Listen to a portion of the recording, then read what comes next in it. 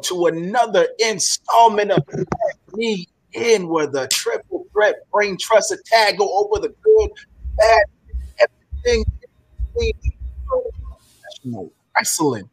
I, of course, am the enthusiastic Lip Dizzle, joined with none other than the less than stealthy unicorn himself, Mr. Scoot. Oh, sorry, no. T.A.G's favorite champion, ScooterRay. Game over. Just game over. Game over. And of course, ladies of the IWC, a heartthrob of the community. Yep. Mr. Jaeger Bombastic. So fantastic. If he had his own ASMR channel, you'd be returning back to back to back to back. To back. Facts are facts, guys. I can't really argue them. Well, that's bars. That was bars on top of that. Facts on facts. Facts on facts. I'm very happy about the Saturday Night Dynamite. Okay.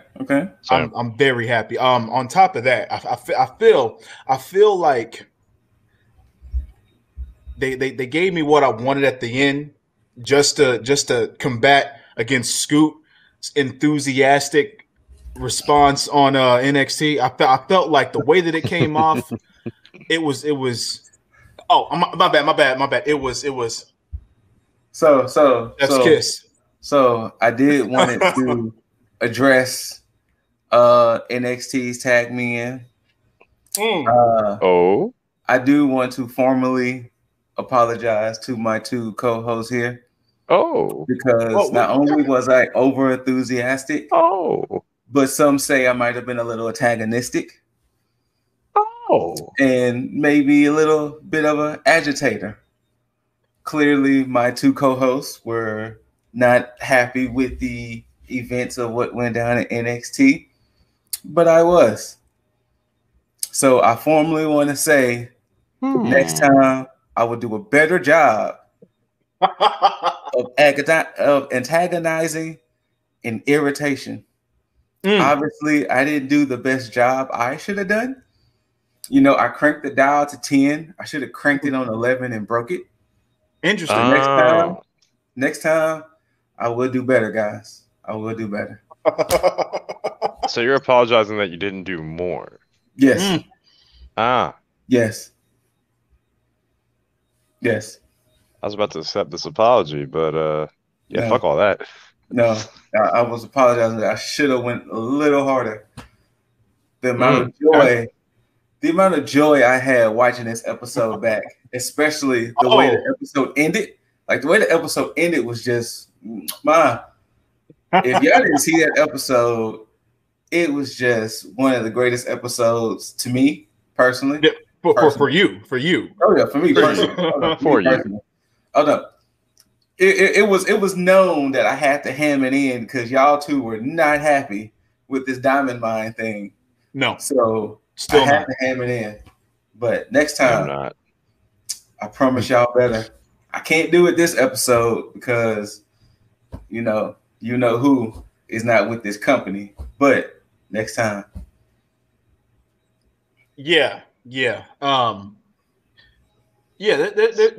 a lot of stuff that's been going on within professional wrestling. Primarily WWE. I think everybody knows that. You know, we're just gonna jump into the scoops. Scoop. Yeah, I mean, basically, we was gonna do like a hot tag, but we can kind of do it within this. So WWE announced more releases. A lot. They didn't do it Wednesday, but They released a lot, and it was primarily NXT focused. They've already fired one of the new writers that they just hired. If I forget any names, remind me. But Killian Dane has been released. Brazungo, yes, both of them have been released. Tyler Breeze and Fandango. Tino Sabbatelli, which his was unique because he was fired, then hired, now fired again. Yeah. Marina Shafir and Arturo Ruas, which was interesting because both of them were supposed to be part of Diamond Mine. Really? Yes. Huh. I did not know that. Yeah. Arturo Ruas has said on the podcast that he was originally supposed to be a member, and Marina was supposed to come in a little bit later as like a female enforcer. Interesting. So both of them has been released. August Gray and Kurt Stallion have been released. The Bollywood Boys or the Singh brothers have been released. Who am I forgetting? I'm forgetting somebody. It was like half of 205 Live. Everrise. We will officially address them properly. Everrise has been released. That's unfortunate. I wanted something to hate on NXT. I mean, we got the Diamond Mine, so Tony Nese, Arya Davari, they have all been released. And I want to say that might be it. I might be forgetting one or two names, but it was a lot of people. Yeah, I didn't realize Tino Sabbatelli was actually released. Yeah. He was kind of one of the ones they kind of, I guess, quietly did. And then, too, in Killian Dane's case, he got the phone call while he was actually working out at the Performance Center. Wow. Yeah. That's shitty. Yeah, he was actually working out at the Performance Center and got the phone call that he's been released. So of course the conversation, Mr. Deasley, which was, what was the topic was going to be? As far as for Hot Tag, yeah, basically, are these releases getting out of hand? Now, of course, you have the whole talking point of budget cuts, and you know, a lot of fingers are being pointed at Nick Khan as far as throughout the community, and you have WWE playing damage control, stating that, you know, he wasn't a part of this. And it's weird because I find that very hard to believe, especially when you state that the reason for these releases are budget cuts. So now on top of that, with that, my thing is this, is that if you are concerned about the budget, then why is it that all of these competitors that you are releasing still have no compete clauses? Because you still have to pay them during those 90 days. So it doesn't make any sense. It's like, if there are budget cuts, then the non-compete should be null and void. You should allow them to just go. Well, it should be optional, so to speak, because, you know, you never want to sit there and say, you know what, hey, you're done, get out of here. But if there should be an option where it's like, okay, do you want to just, you know, forego the pay and just abolish the non-compete, or do you want to continue getting paid through your 90 days? You know? Yeah. But they're not getting that option. And that doesn't scream budget cut-ish to me. On top of that, I'm pretty sure if I'm not wrong, 2020 was their most profitable year. It was, in between the Peacock deal, in between the Fox government deal. And between the government funding that they got, they made a lot of money. They got government funding. Yeah, they did. Got government funding. And you have Nick Khan being the one that one did the Fox deal, did the Peacock deal, and both were $1 billion a piece. So that's a lot of money. So you're telling me that all these people that have contracts and all the releases that have happened between this weekend and, you know, the previous Black Wednesday or Black Thursday all year. Yeah. So how much money are you trying to conserve? Especially when you have Eva Marie coming in with a new contract, you're able to employ new writers, which we'll definitely get into that in a second too.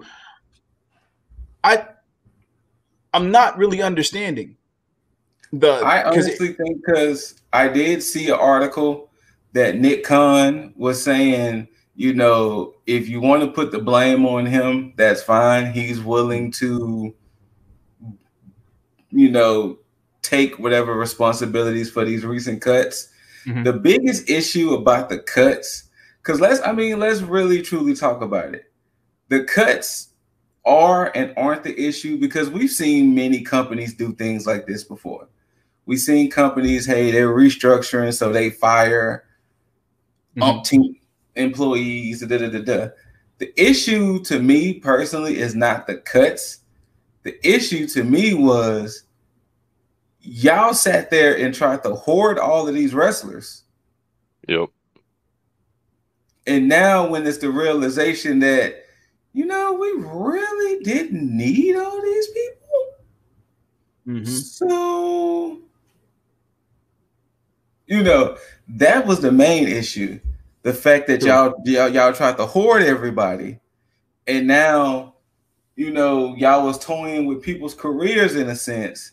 Because I ain't gonna say it's almost like a paid hostage situation. You know.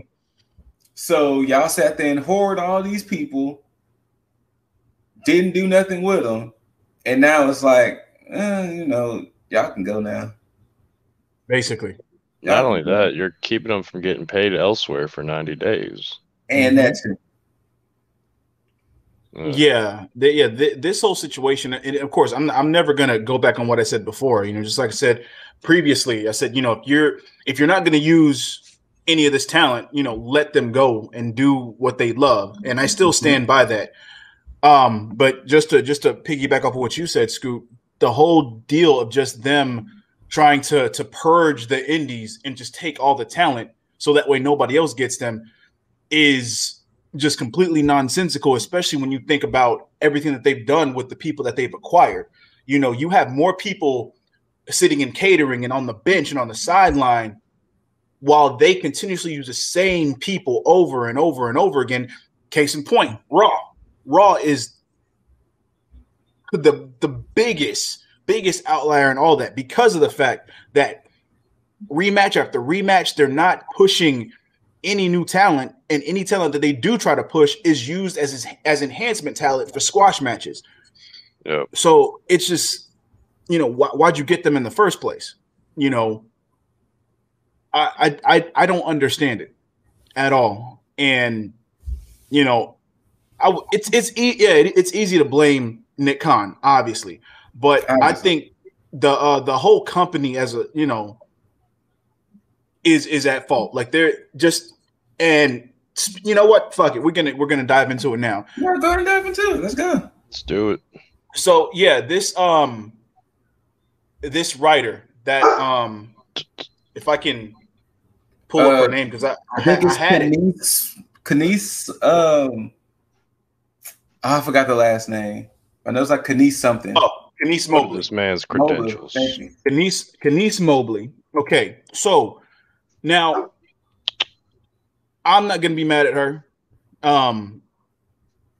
In certain case, I mean, there's part of me that's mad about her not doing the necessary research. Yes, you know, and I looked at that portion of the of her podcast interview. Well, hold on, Yeager. Do you know what happened with her or why she got fired so fast? No. Okay, well, she was one of the new writers that they recently hired like 2 weeks ago. And she recently did a podcast saying about how she was hired on WWE.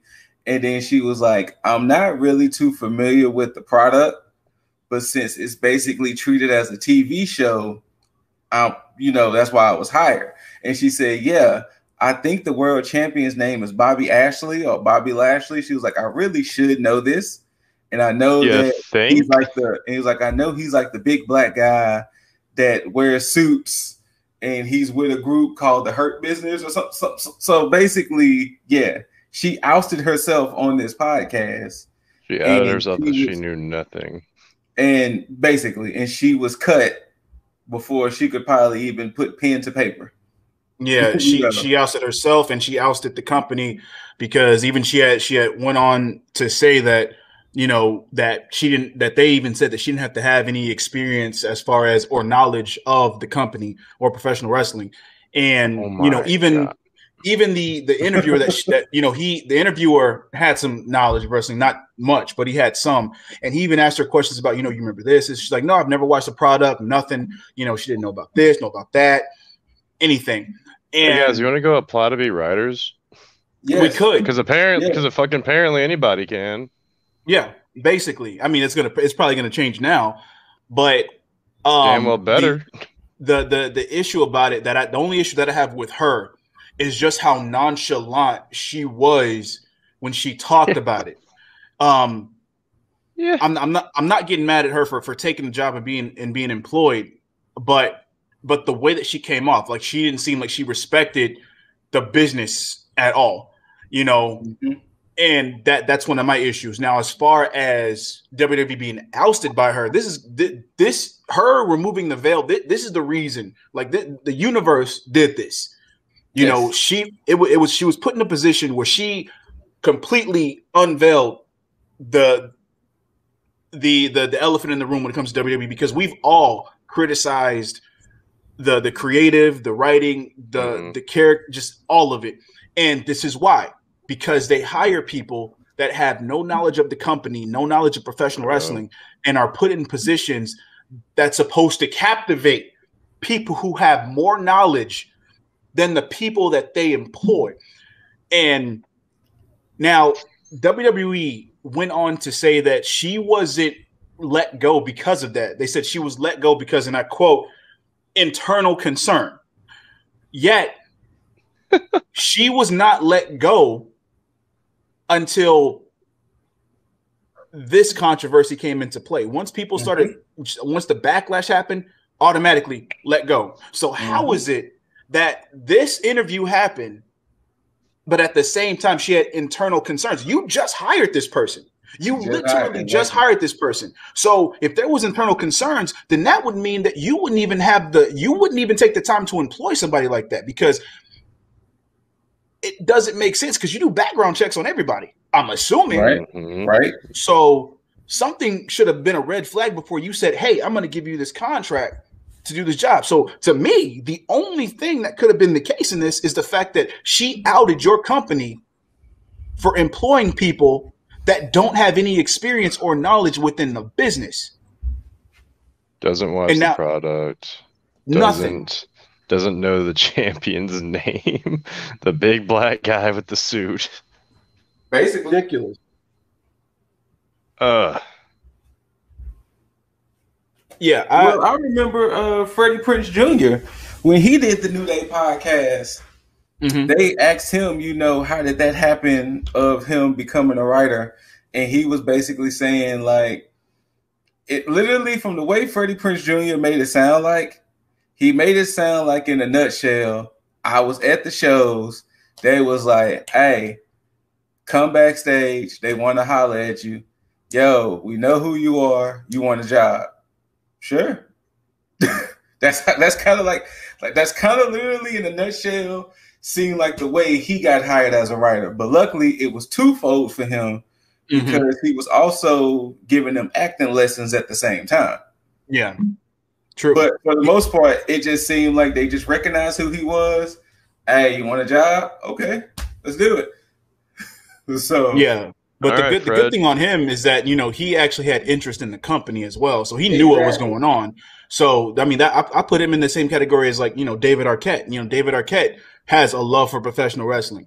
You know, now, you know, WCW stuff aside, with him being champion, legit, you know, whatever. But, you know, with this situation, yeah, there would be no point where I would look at this situation and be like, you know what, I respect Kenice Mobley.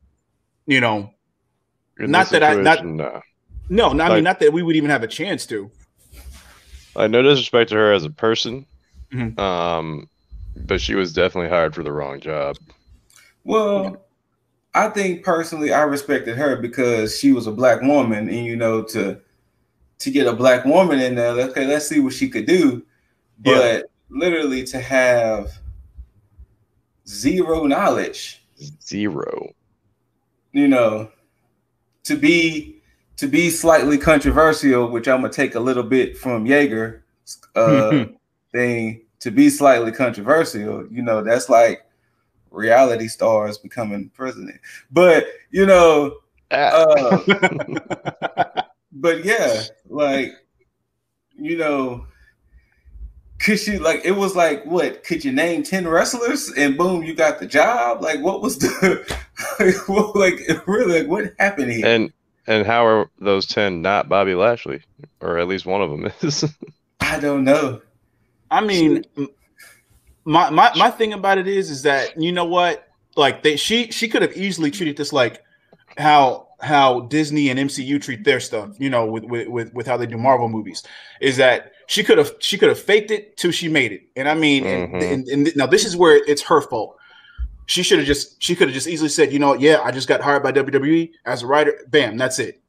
Yep. And that could have been where it stopped. She didn't have to out herself as far as hey, I don't know this, I don't know that, whatever. She could have just easily said, you know what, I'm learning more about the product now, that I ever knew before, which is not a lie, because if she didn't know if she didn't know anything, then yeah, that's true. That's a very true statement. I'm learning more now than I did before. Yes. Completely simple. Could have gotten a little political with your comment, with your statement. Absolutely. And then she could have went about her day, and she could have been hired, and she could have actually probably done some good. Who knows what she could have come up with? She could be that much of a creative person. But between her and WWE, everybody's wrong in their own right within this situation here.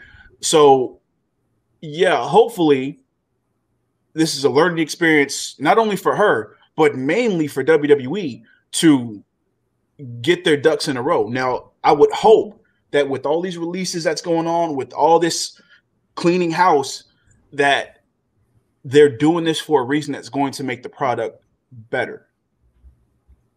Yeah. I don't think that's going to be the case, because I truly think that things are only going to get worse as this year progresses. But, stranger things have happened. Well, I mean, and let's truly be honest with you. With any company, no companies tend to kind of change until the competition ramps up. So personally, I don't see WWE changing too much, because once again, they're still getting roughly 1 million views per Raw and SmackDown. I mean, let's just take NXT completely out. Yeah. Raw and SmackDown is still getting 1 million plus reviews. I mean, not reviews, 1 million plus views. The YouTube is getting hundreds of thousands of clicks per story segment. So obviously, why change? Why fix what's broken? Yeah. That's the worst part of it, is that it's almost like somebody who's oblivious to their wrongdoing, like they can't take accountability because they can't see it.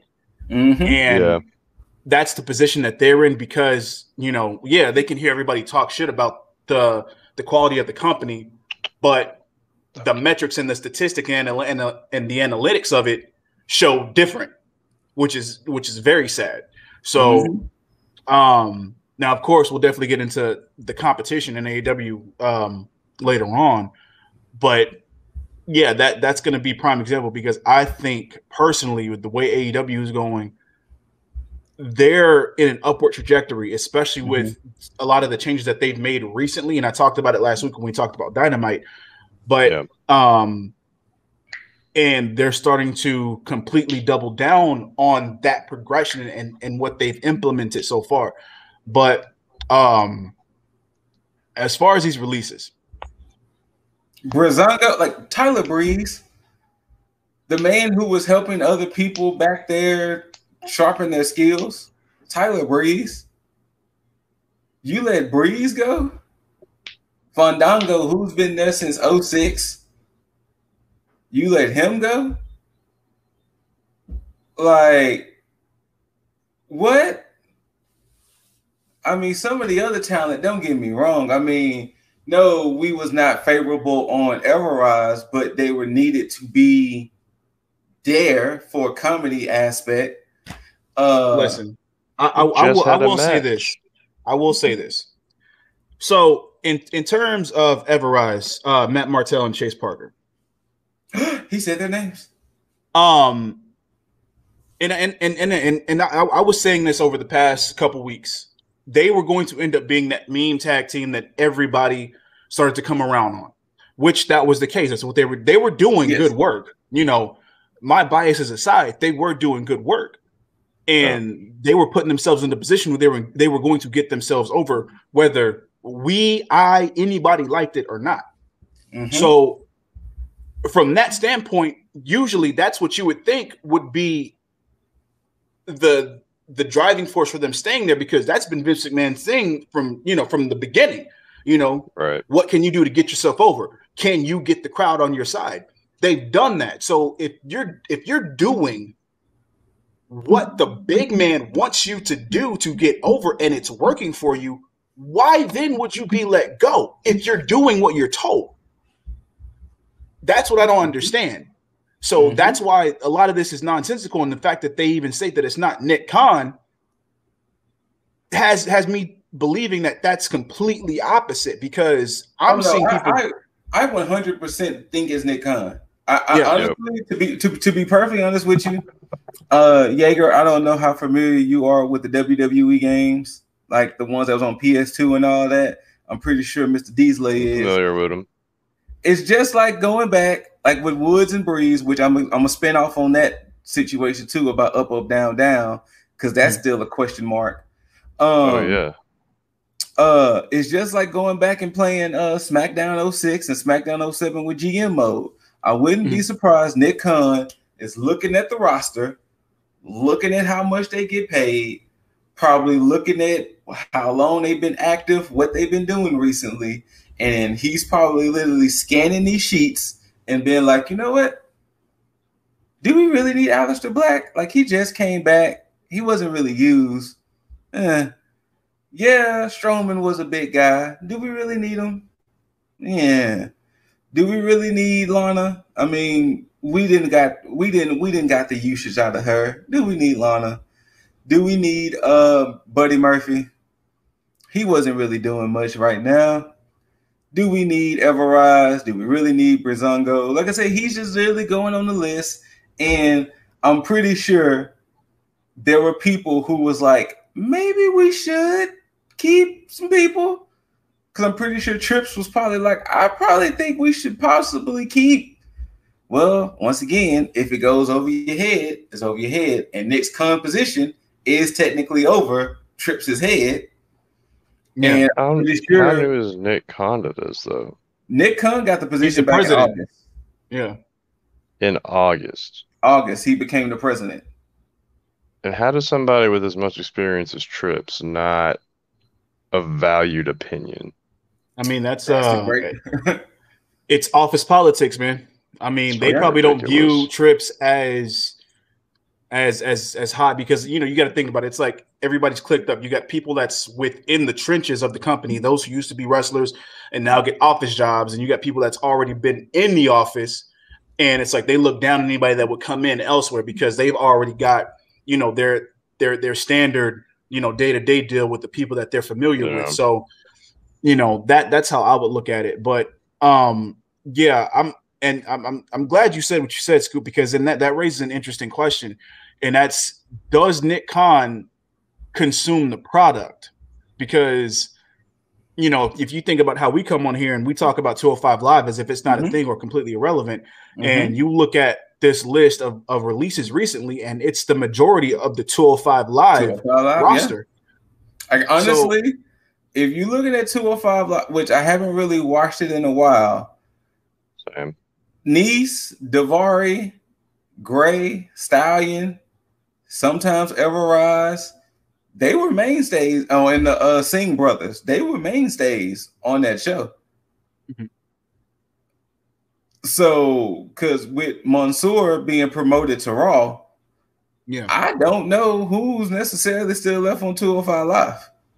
I think it might be. I think after this recent release, it's got to be less than I think 5 people, and that's including Brian Kendrick, who is a producer on SmackDown. Unless they're about to start retooling completely 205 Live, if they don't get rid of it, unless they start retooling it to have people like Ashanti, Carmelo Hayes, who was the guy who debuted against Kushida last week? I completely forgot. Yeah, unless they start retooling this and maybe even featuring Kushida on 205, like unless they about to really bring in a new crop of people and start featuring a lot new talent, I don't see 205 Live staying alive too much longer. Yeah, no, there's only 5 people on 205 Live. See? They may just dismantle 205 Live. Yeah, I think they're going to dismantle it. Yeah, they might as well just put that roster on NXT just permanently.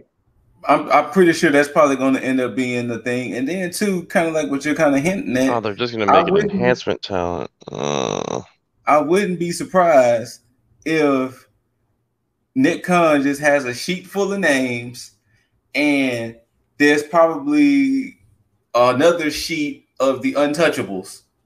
Like, don't even think about touching these names. But these names are free to go. True. These names, you could do whatever. We could reevaluate. But these names here on this list, don't even look at that. Don't even look at that one at all. Just these names here. Which, of course, people like Roman, Edge, Seth, all of those people. But yeah, Drew and Bobby and New Day, But this list here, we can play around with this list and see what happens. And I'm pretty sure probably the same thing happened with NXT.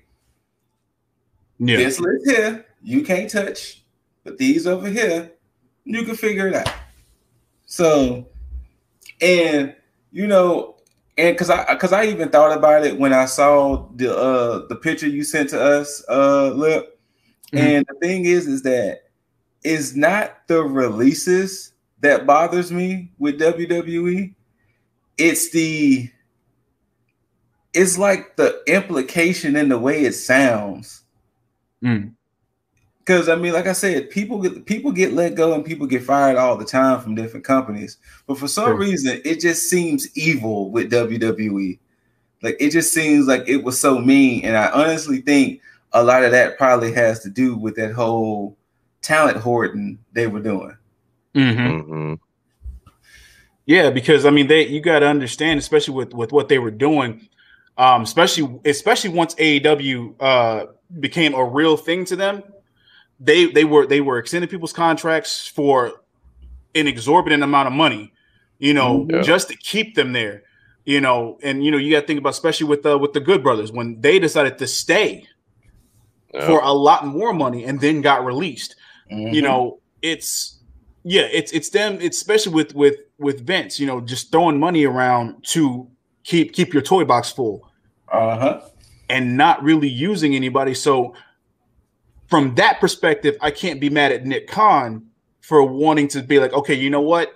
I have all these shareholders, on my back trying to say, okay, where's all this money going? Why is this? Why is this? What's happening? And then him trying to make sense of it and be like, okay, that's business. I understand that. But come on. It's just so out of nowhere, and it's like they're not doing anything to make sense of it, especially for. You got to think about like a TV show, because that's what they are. They're a TV show. If you had something like, Supernatural happening, on CW, and you had, both Jensen Ackles and Jared Padalecki, and they said, you know what, we're gonna fire Jared Padalecki. And you say, okay, you know what? You got Sam and Dean, but all of a sudden Sam just disappeared. You're not just going to have him just disappear and just carry on with the show. You're going to write him off in the right way. So that makes sense. It's very wild that you brought that up, because Jared Padalecki had just came out and said that he's hurt about yeah. the supernatural prequel series that's coming out. Oh, he's hurt about it? Yeah. Jensen Ackles is still a part of it. He's going to be the narrator. That's right. My bad. It's the other way around. But Jared Padalecki has no involvement in the show at all. They didn't even ask him to be in it. Like, what? They didn't talk to him about it at all. So that's very coincidental that you just used that as as an example with that kind of just now coming up for real. But yeah, I mean, like, okay. Speaking of hurt involved in this, sorry, but I just earlier was watching from Reddit. They got Adam Cole, like, when he got the news about Breeze and everybody getting released. Like, it's on his live Twitch that's still up. I'll send y'all the link later. But like, he takes a minute. Like, he stops playing the game. Like, he was like in the middle of like fighting in Hollow Knight, and then I don't know, he died or something. But from the timestamp I watched it on, he's just chilling there and he's like checking his phone. His phone's going off. He looks at it and he's just like, "Yeah, I'm sorry, guys." And you like see the look on his face, like, well, now let me spin off with that. This brings up, down, down, because I'm pretty sure there's some key people that are on BTE that if they got fired from AEW, it'll be like, what the hell is such and such it? Yeah. So in Up, Down, Down's case, Breeze was always a very integral part because him and Woods are best friends. Right. Yeah. And what Up, Down, Down did, they eventually started factions. Because they made a left, right, right? And then you had the other group, BRE Start. And BRE Start was the group started by Mia, Jessamine, Shayna, and Dakota. Oh, okay. Now, Jessamine hasn't been on since she got released.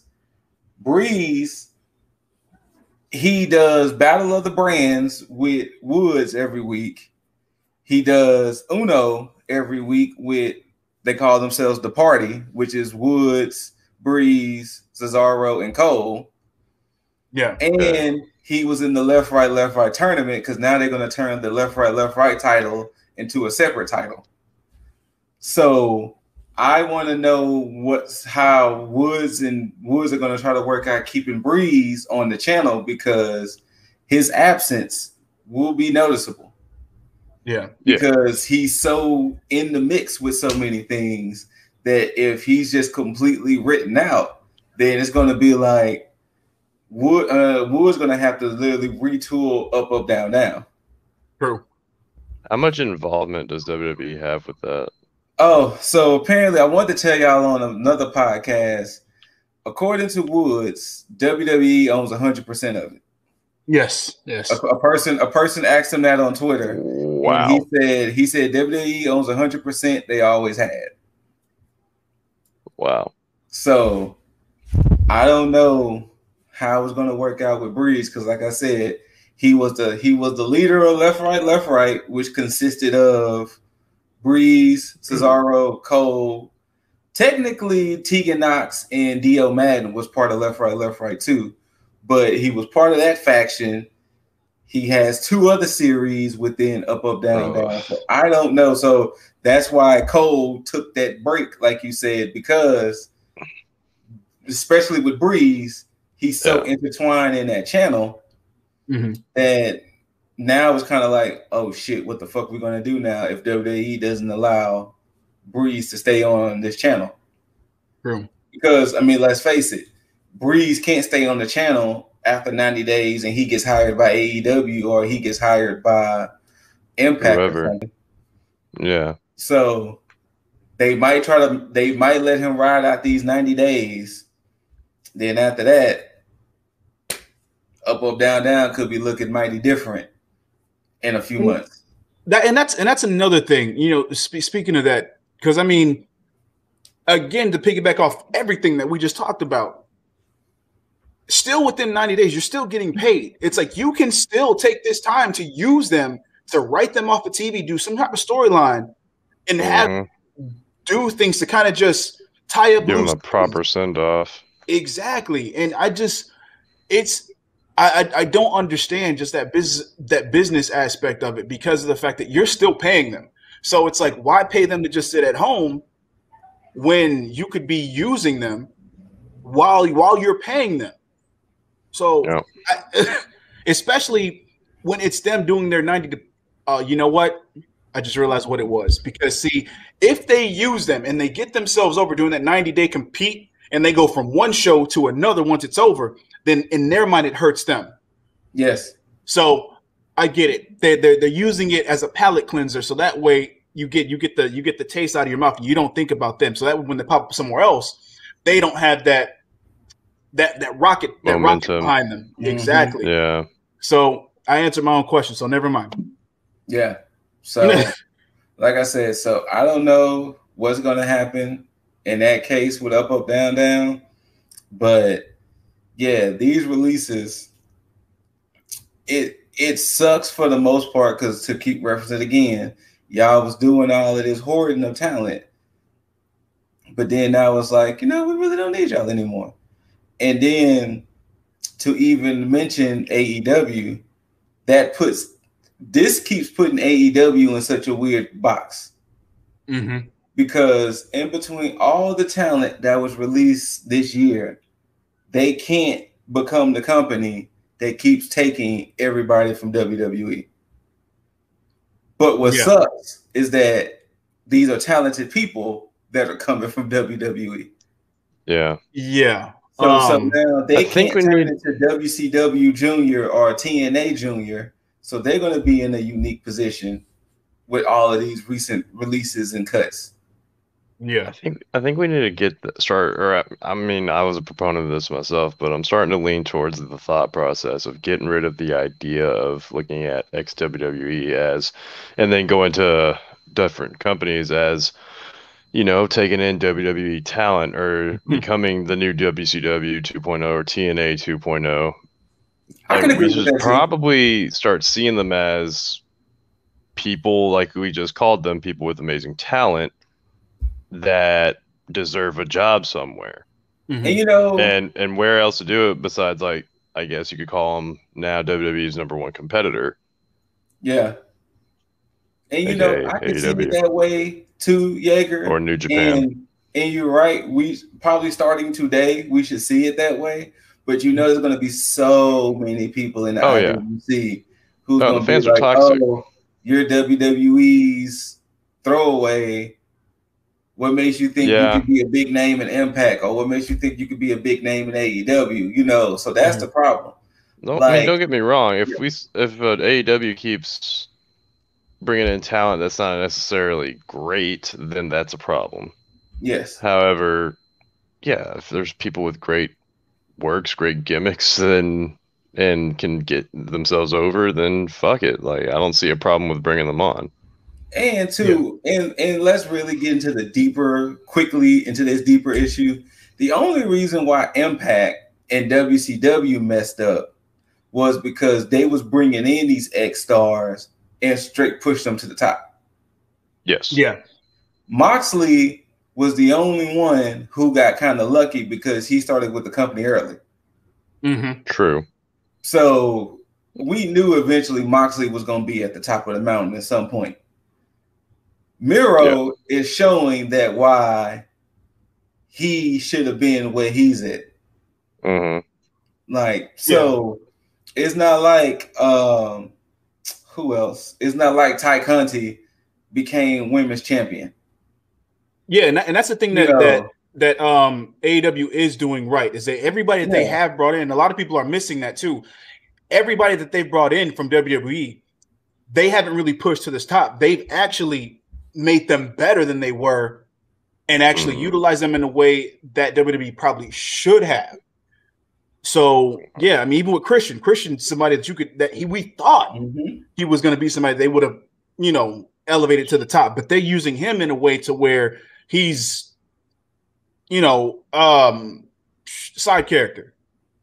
Mm-hmm. Now it may change with what happened, on Dynamite, but that I don't have a problem with it.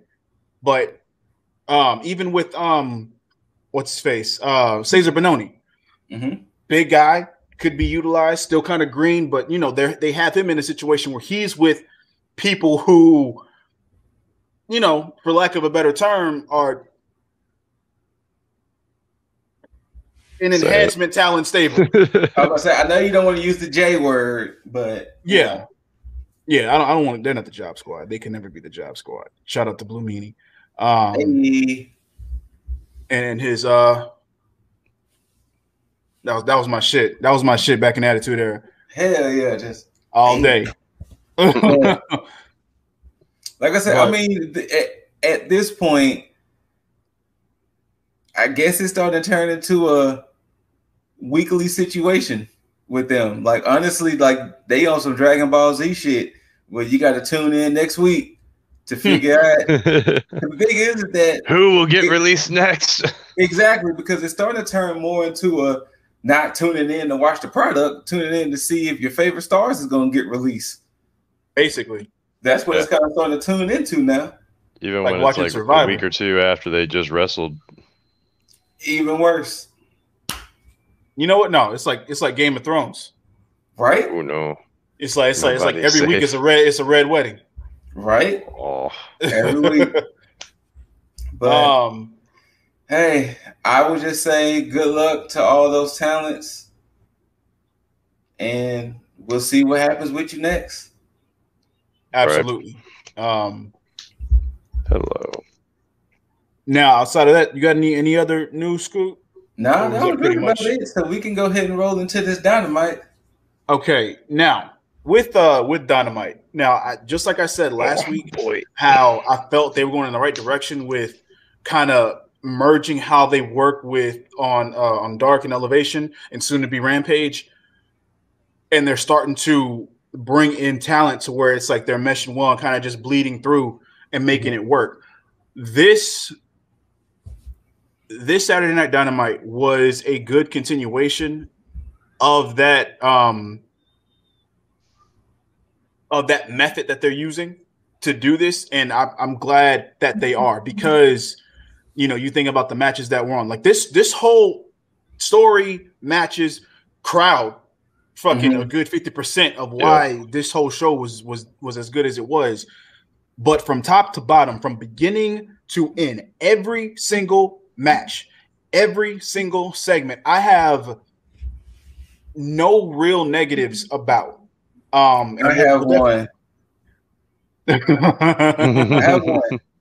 But I think we know. But to the contrary, it's been my issue with this ever since. So it's not like this would be a new situation. And hence, it has to deal with the Inner Circle and the Pinnacle.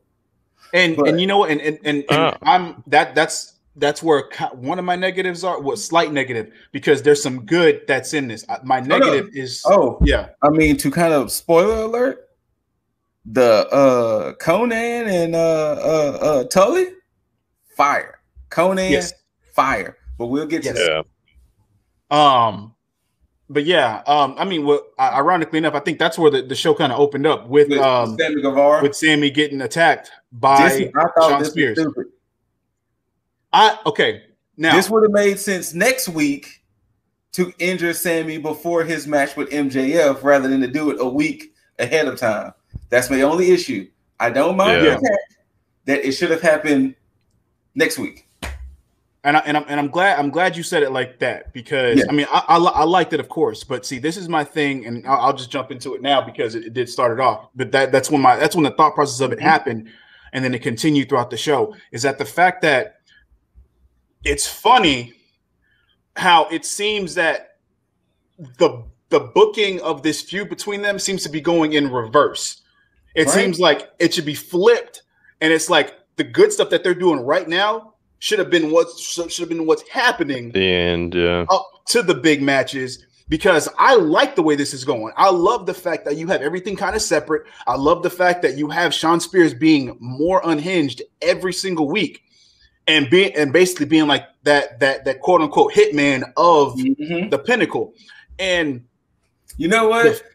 The only thing I wish for Sean Spears, I wish he wasn't known as the chairman. Like, I wish he would have just been known as something else, because the only other reason that would have made sense with Sammy is if he would have like hit him with like a pipe or something. Then it would have been like, okay, well, you know, I can see that being injured for like 2 weeks.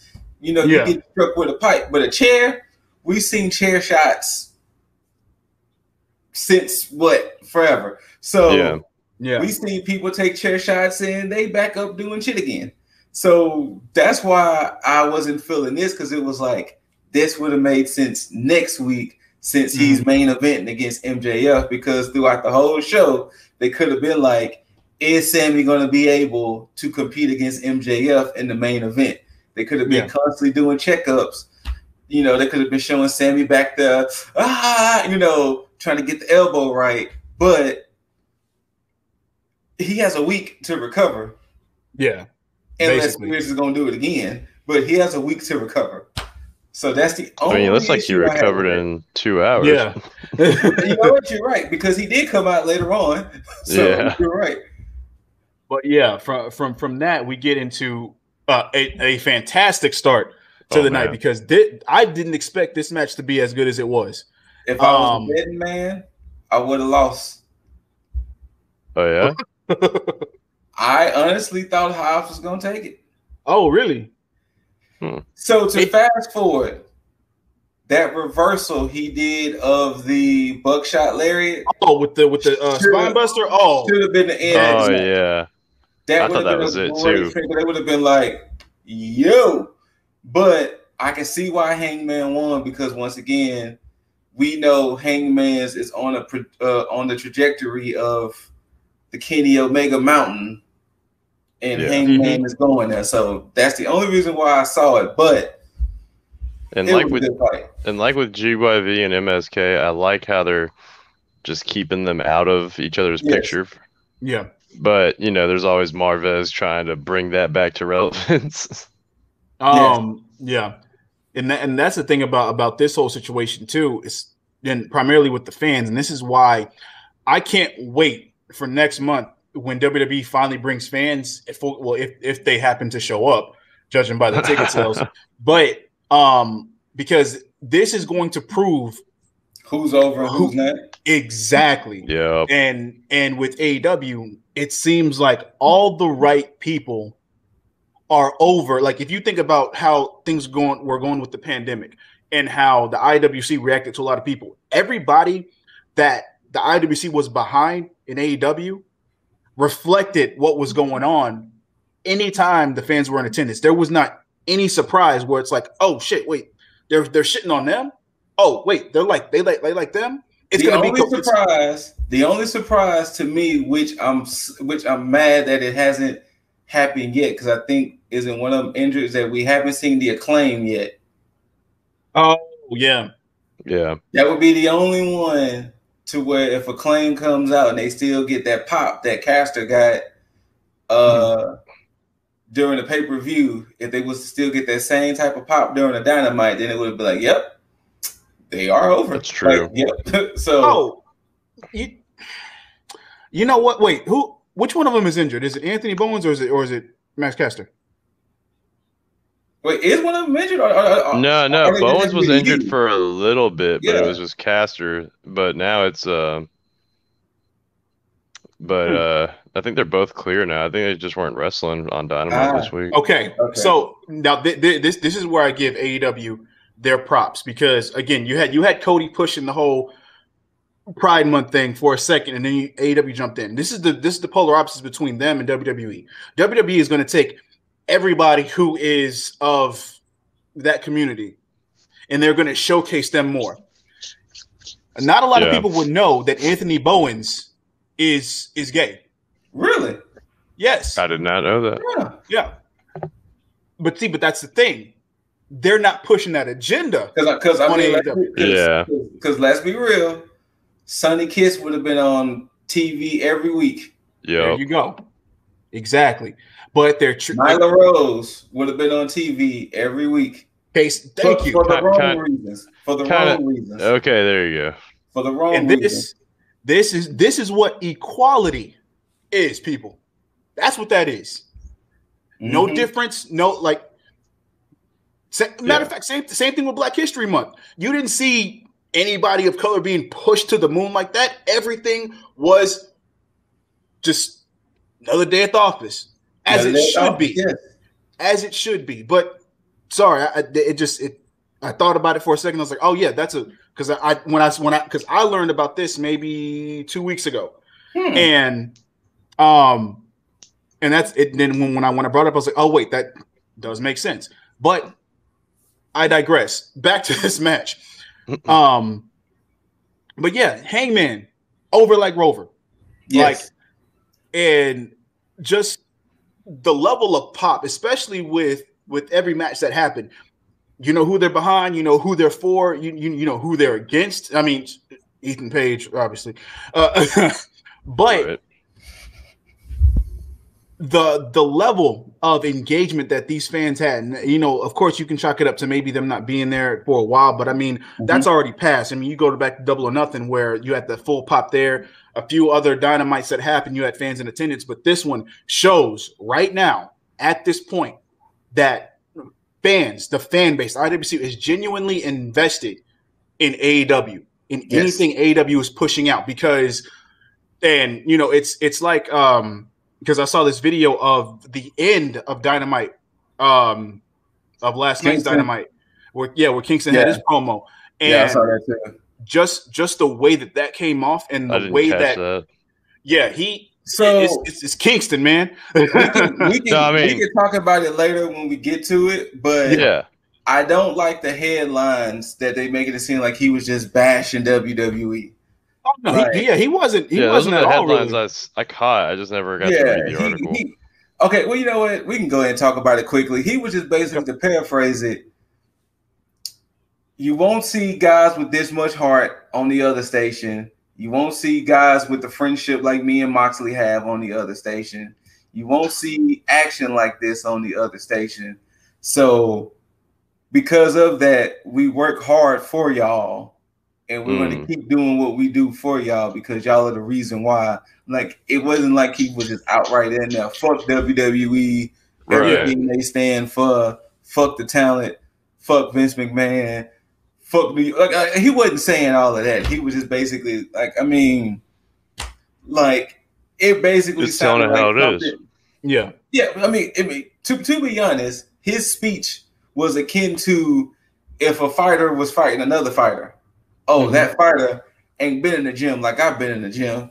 I've been day and night in the gym. Like, I mean, or this team ain't gonna beat our team because we dedicated to. Like, it wasn't like he was just outright fuck Seth Rollins, fuck Roman Reigns, fuck Drew McIntyre, fuck Vince. Like, no, people was giving it these clickbait ass headlines to make it worse than what it was. But nothing Kingston said made it so just, oh, he's taking these shots at WWE. No. Which is funny because not one time did he ever say WWE. He just kept saying the other station. Exactly. And that could have meant any fucking, I mean, there's a lot of promotions out there. Now, granted, yes, everybody's going to say, WWE, obviously, because everybody's playing nice outside of WWE. But there was not one point where you can say, oh, he bashed WWE because he never said WWE. So definitely clickbaiting. But Prince of Predictions and Jaeger. Does Hangman take this title off of Omega? Yes, but I gotta see Omega get like 2 more, maybe 3 more defenses in before that. He's going to go against Christian for sure. Yeah, I see Christian. I mean, especially with last night's events, we're going to definitely see Christian. Yeah, we want to see it too, man. Chill. But yeah, with Loki wants that match too. He does. But with Hangman, with Hangman and Hobbs for one is looking better and better. Like the way he's shaping up, like he's You could tell he's been in the gym. You tell he's been hitting cardio like crazy. Yeah. Like you can tell he's positioning himself for a push at some point. I'm surprised he didn't have his own music at this point. because he came out to FTR's theme. Not Well, FTR, I sorry. guess FT Team Taz's. Team Taz's theme. I guess because they're still technically a team. Yeah, because I think It's Brian Cage still still- comes out to that theme too, right? Huh? Does Brian Cage still come out to Team Taz's theme? No, Brian Cage has his own. I think Brian Cage has his own. Okay, I know Ricky Starks does, Starks but you know, definitely does. yeah. But well, I guess let's also discuss that. Ricky Starks taking Cage's belt and trying to give it to Hobbs to use it as a weapon. Which Hobbs was ready to use too. I think he was more so trying to give him that belt. Like that too. I mean, also, what the hell happened to Hook? He kind of just disappeared. Like he went out there, but he just disappeared. I'm not sure there. Yeah, but I say, like, what happened to I thought Hook? you caught like a neck brace too. on him or something. I didn't see. Yeah, Hook had came out there along with Starks. The next thing you know, like, did Page attack Hook and we missed it? Like, what happened with Hook? I think that might have been it. He might have. Like just to throw him off, yeah. AEW's camera angles weren't the best throughout this. Sometimes. Yeah, someone was a little wonky. Yeah. This was the moment where I did have the shock because it looked cliche for a second with him turned around and then Hangman getting ready for the buckshot lariat. Because normally you'd be like, oh shit, this is where the finish of the match comes. And then that spine buster hit, and I was like, oh. Ooh, boy. I was like, oh my God. You don't expect that half the time because everything's so predictable with, depending how fuck finishes go. But yeah, this wasn't that case. And I was like, oh shit, this match is still going. Hobbs might take this. Yeah. I thought he should have took it with that spine bust because it was like, damn. It was. It was a nice one. Of course, Hangman busted his head open. I'm not sure when. He hit like the on the back of his head or something. Yeah. He went into the ring post and hit the top of his head. So it must have scratched him. Yeah. When he went through it. I watched the first hour this morning because I caught the second hour after my sister's baby shower, so that's why it's still fresh. So I caught the first hour this morning. Yeah. Yeah. Luckily, he took the pole and bust the top of his head. Well, I mean, he was able to see how he would look if he was a redhead. So that's it. I honestly didn't catch him being busted open up until I saw the ref with the gloves on. I was like, wait, who's bleeding? And they zoomed in on Hangman, and I was like, oh. Same. And I was like, wait, where is he bleeding? And I seen that red patch, and I was like, oh. And then it just kept expanding and spreading around. I'm like, oh, okay. So yeah, he's bleeding. And then every time he would hit his head on the mat, you would see that blood spot. It was like, oh yeah, that's pretty red. Yes. Pretty significant. But yeah, he got some color. But he didn't win with the buckshot lariat. He won with the dead eye. He did. Which I liked. I do like them mixing it up like that. And of course, I guess he's gonna start doing this more, where he grabs two beers and throws one to the crowd. Okay, so I did see that correctly. That he threw one to the crowd. Yeah. Okay. Yeah. Like I said, I can't wait to I hope they build it up beautifully between Hangman and Omega because it's going to be an amazing match.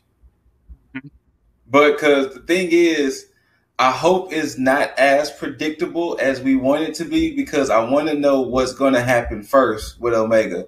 Is he going to start losing all of his titles first and then AEW is the last one? Or is this the first title he lose? Then he start losing the titles. So I want to know what's going to happen. Definitely going to be the last one.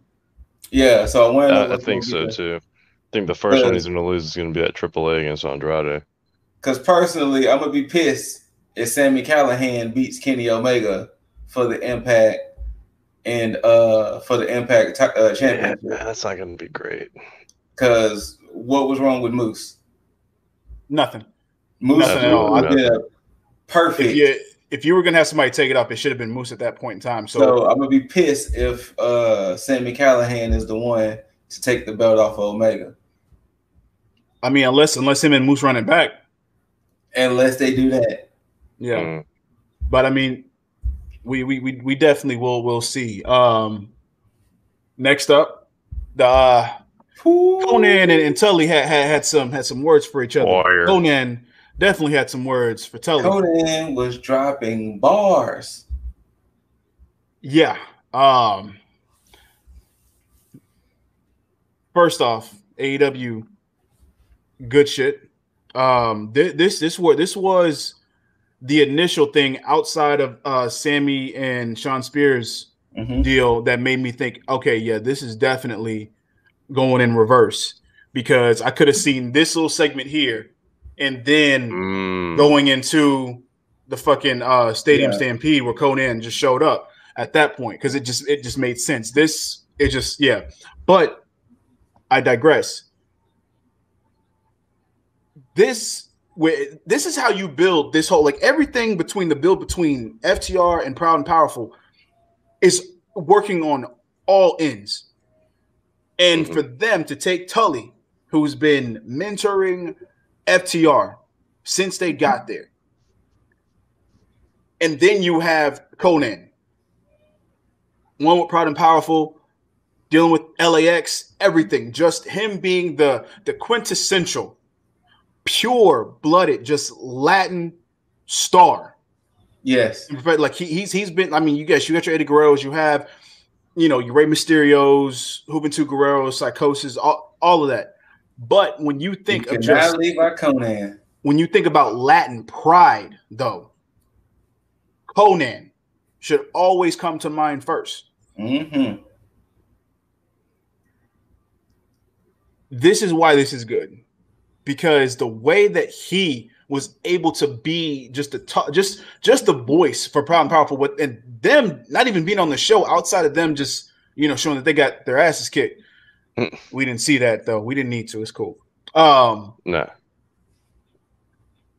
And then just to talk about just how integral he is just to them, and then to double back and then talk about how going back and talking about covering the promos that they gave, like last week and the week before, and then stating how, yeah, you guys say you're there, you say you're from this part, but that's not right. It's like, yeah, you've dealt with your hardships, but it's not the hardships we dealt with. And he went to cut them down and say, yeah, you've never been this, you've never been that, you've never been this. Yeah, you've been busy dealing with your vegan burger farms, or your brawls at the bar and the barn and all this other shit. He's like, you didn't deal with gangs of being shot at, being kidnapped, having this and this and this and this happen, being locked up. And then he pointed to Tully.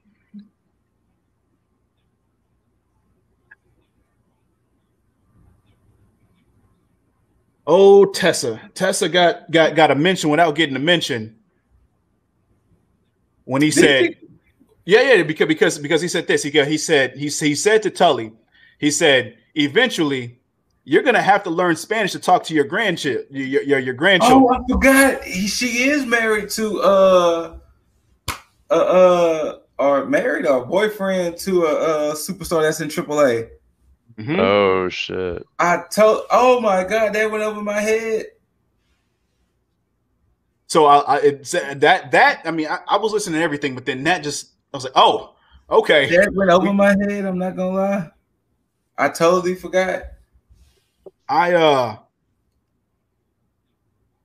Conan, and even with the fact of him talking to Tully, just basically like, yeah, you're about the mind games. I already know you're already starting, but it don't matter, because I'm gonna beat you to the punch, because I know you're gonna call your boys out here regardless. So I got my boys already waiting. So go ahead.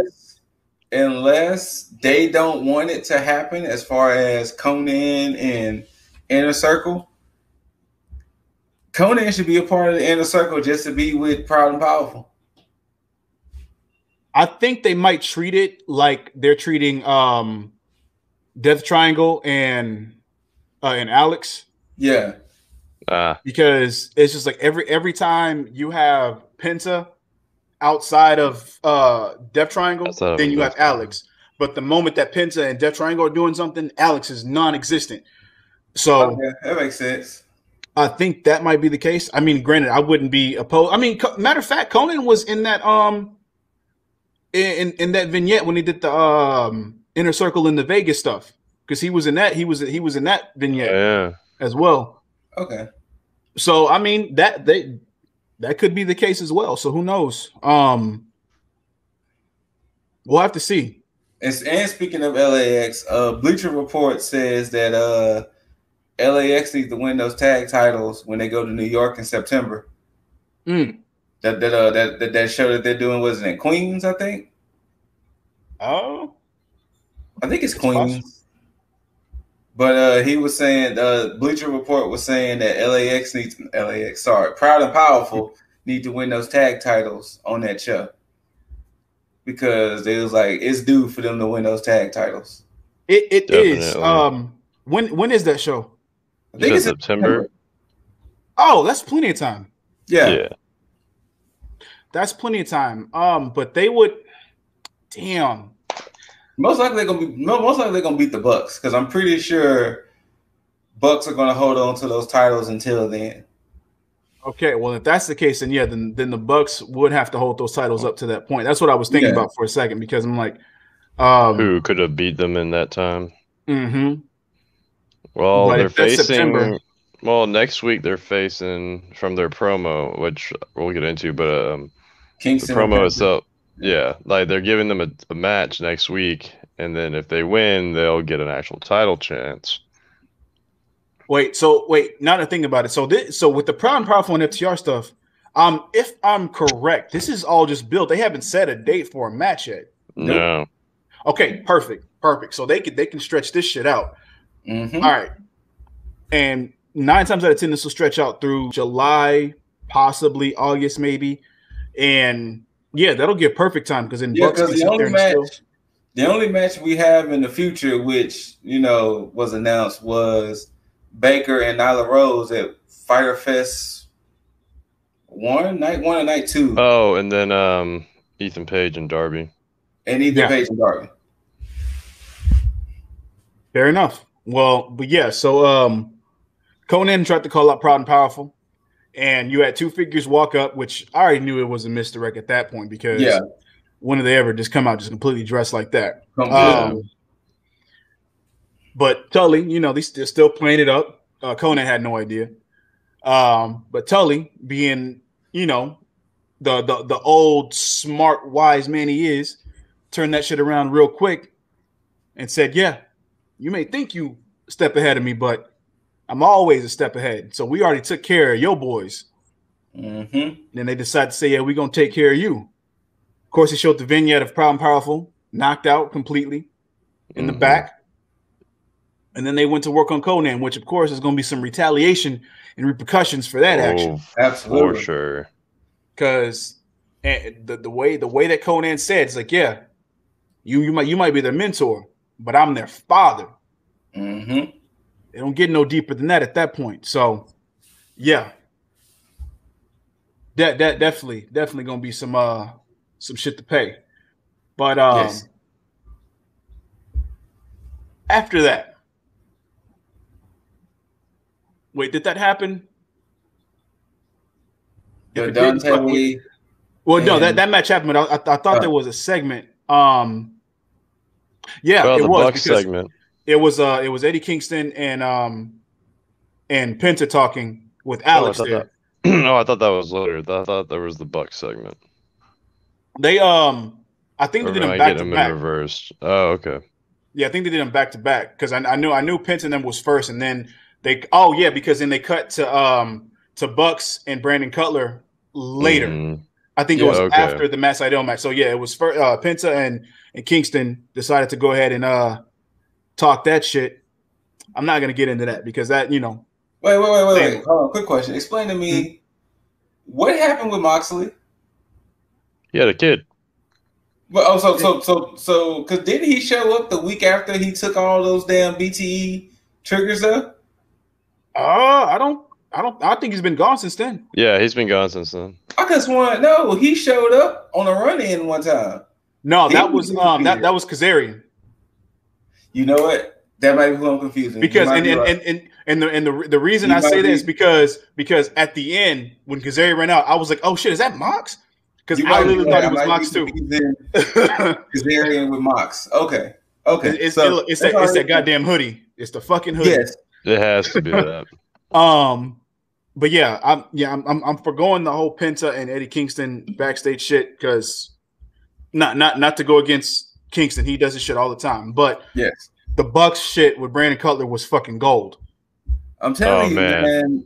Nick is giving it to me. Nick is giving it to me. Yeah, they Brandon Cutler in this whole thing, like he's him being their whipping boy is doing it for me because you don't expect some of the stuff, but the way that they treat him, it's like it's a whipping boy, but then it's like they's like you can still chill with the cool kids. It's cool, because a lot of those little nuggets, just like he had later on, but they continue to run down the fact that the EVP thing, which I like, extremely violent people. Seeing how they basically are running through the tag division, and they've stated how they've just been showing, we're better than everybody else, but they're going to start showing how more dominant they are as far as being the EVPs. Yeah. Mm-hmm. And I love the little checklist, and then they're like, Brandon, or no, they're like give him the list, and then Brandon's about to be like, you got my, and they're like, Brandon, shut up, and then Nick runs it through. It's like we got rid of Mox, and then Matt jumps in with our kids are better than your kid, or our kids are more cute than yours. Then what was it? We got rid of Phoenix. It's like adios. We got rid of Pac. Poor bastard. All right. Oh. It's fucking gold. And I'm enjoying it because of, you know what? You're right, Jaeger. The Penta King stuff did happen after. Because I'm thinking about it when they're talking about the tag titles, and later on, it's okay. We're doing it all together anyway. It doesn't matter. But yeah. They were saying basically saying that you're gonna have to take, like, if you take these titles off of us, then but that's not gonna happen. They said they're not even a real tag team. They've been doing this for years and years. For me, that seemed like it was a shot at WWE and their whole just putting random teams together. Which now I do have to go ahead and felt like a hidden shot, and say something about that, because now we're at the point to where it's like, especially with the tag division. Now, I could be wrong, because this could be a play on the fact that Bucks have kind of just gone through everybody, so the rankings don't matter because they've basically beaten all the teams. But the fact that you have Penta and Kingston getting a shot at the titles, it makes me question the validity. It's an eliminator. Okay.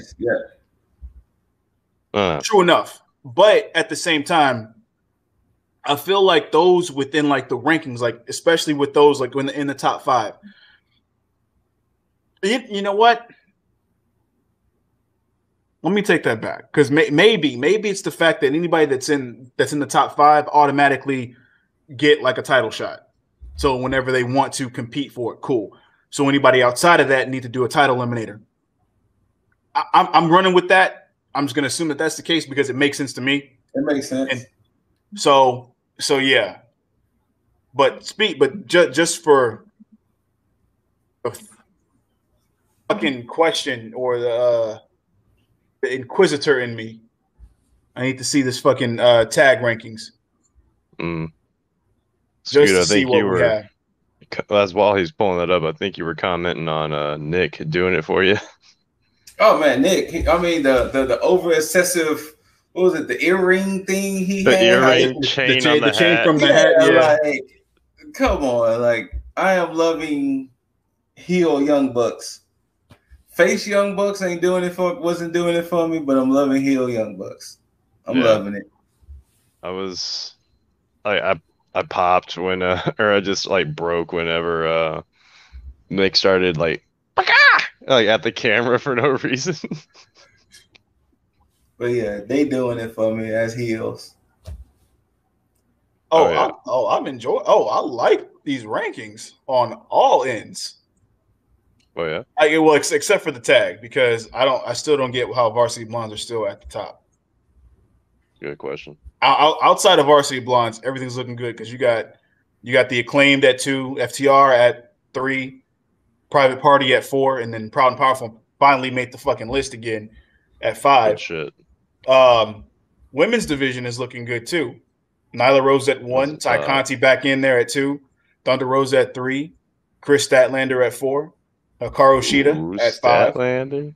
Yes, indeed. And then of course, now because Saturday just happened, so they haven't done the rankings yet as far as for the next week. Jungle Boy still at 1, Paige at 2, Cassidy at 3, Powerhouse Hobbs at 4, Darby Allin at 5. So, yeah, I'm liking how that shit's looking. Yes. But to carry on with the show itself, the first of surprising matches that I didn't really expect, Matt Sydal and Dante Martin. Yep. Can I just interject one small thing? Fuck yeah. I really don't get what was the point of the whole Vicky Guerrero Andrade thing. I mean, I get it in the long run sense, but come on. This is bothering me. And you know what? I'm glad you brought it up, Scoot, because this is bothering me with Andrade kind of fixed it in a way when he did his interview with JR with him talking about why Vicky was there. Perfect damage control for me because I had an issue with it in the beginning. But when you do shit like this where you just have her come out and just blatantly interrupted Dante Martin's entrance. Yeah, and they're like there was no reason for it. Like it's not like because I'm thinking like, okay, you know what? They interrupted, so maybe he'll have a match with Sydal. We'll see. But I mean, yeah, exactly, because she only does that crap for Nyla Rose when Nyla Rose is doing like her entrance. So to do it like this so blatantly with Andrade saying that he had a special announcement, and as soon as he's about to hit the mic, have Matt Sydal come out and just like give him back what Vicky served up for him. It was a lower point. Yeah, and you made Andrade look less than now because all he did was walk off. He turned around, walked off as if like, oh shit, well, all right, you don't care about me being here. All right, I'm just gonna turn around and walk away, and that's it. And thing is, after that, there was no after the match beat down because for him interrupting like exactly. So my thing is like what's the plan? You say all this. You say he's looking after gold. He's trying to do this, trying to do that, but yet nothing.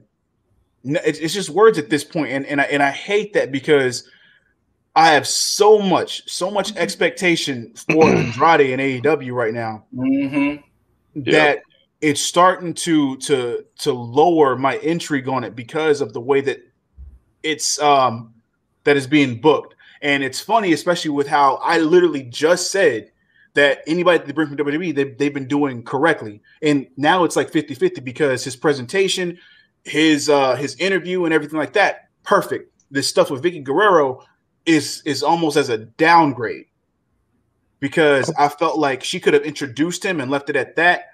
But to represent him ongoing like this is not necessary. So I'll call it a blemish. Not necessarily a downgrade. Thinks all of this is leading to Thea coming in and eventually managing Andrade again. Ooh, I could see that. Like, you don't know how to manage him. Yeah. Huh. Yeah. That actually, okay, you know what? That would put more intrigue back in it. Maybe they're doing this on purpose. So I'm gonna hold my assumptions back. And I'm going to see how this plays out. And if that happens, Yeah. Take my money. Or if you get Dasha Ooh, also to good. do it, then I'd be fine too. But this match, Dante Martin, I think ever since his brother got injured, they've been having him just on a fucking tear with these matches. Yeah, he's been lighting it up. Yeah, win or lose. Now, there were some points in this match where he had a few missteps, but I think he might be overthinking it sometimes. I mean, at the end of the day, he is 20. Yeah. So shit, I keep forgetting about that. Yeah, he is 20. And then what they even said, I think it was Excalibur. He was like, Matt Seidel's been doing this for 20 years. So damn. So yeah. Yeah, I enjoyed. I'm gonna say I enjoyed the showcase. There we go.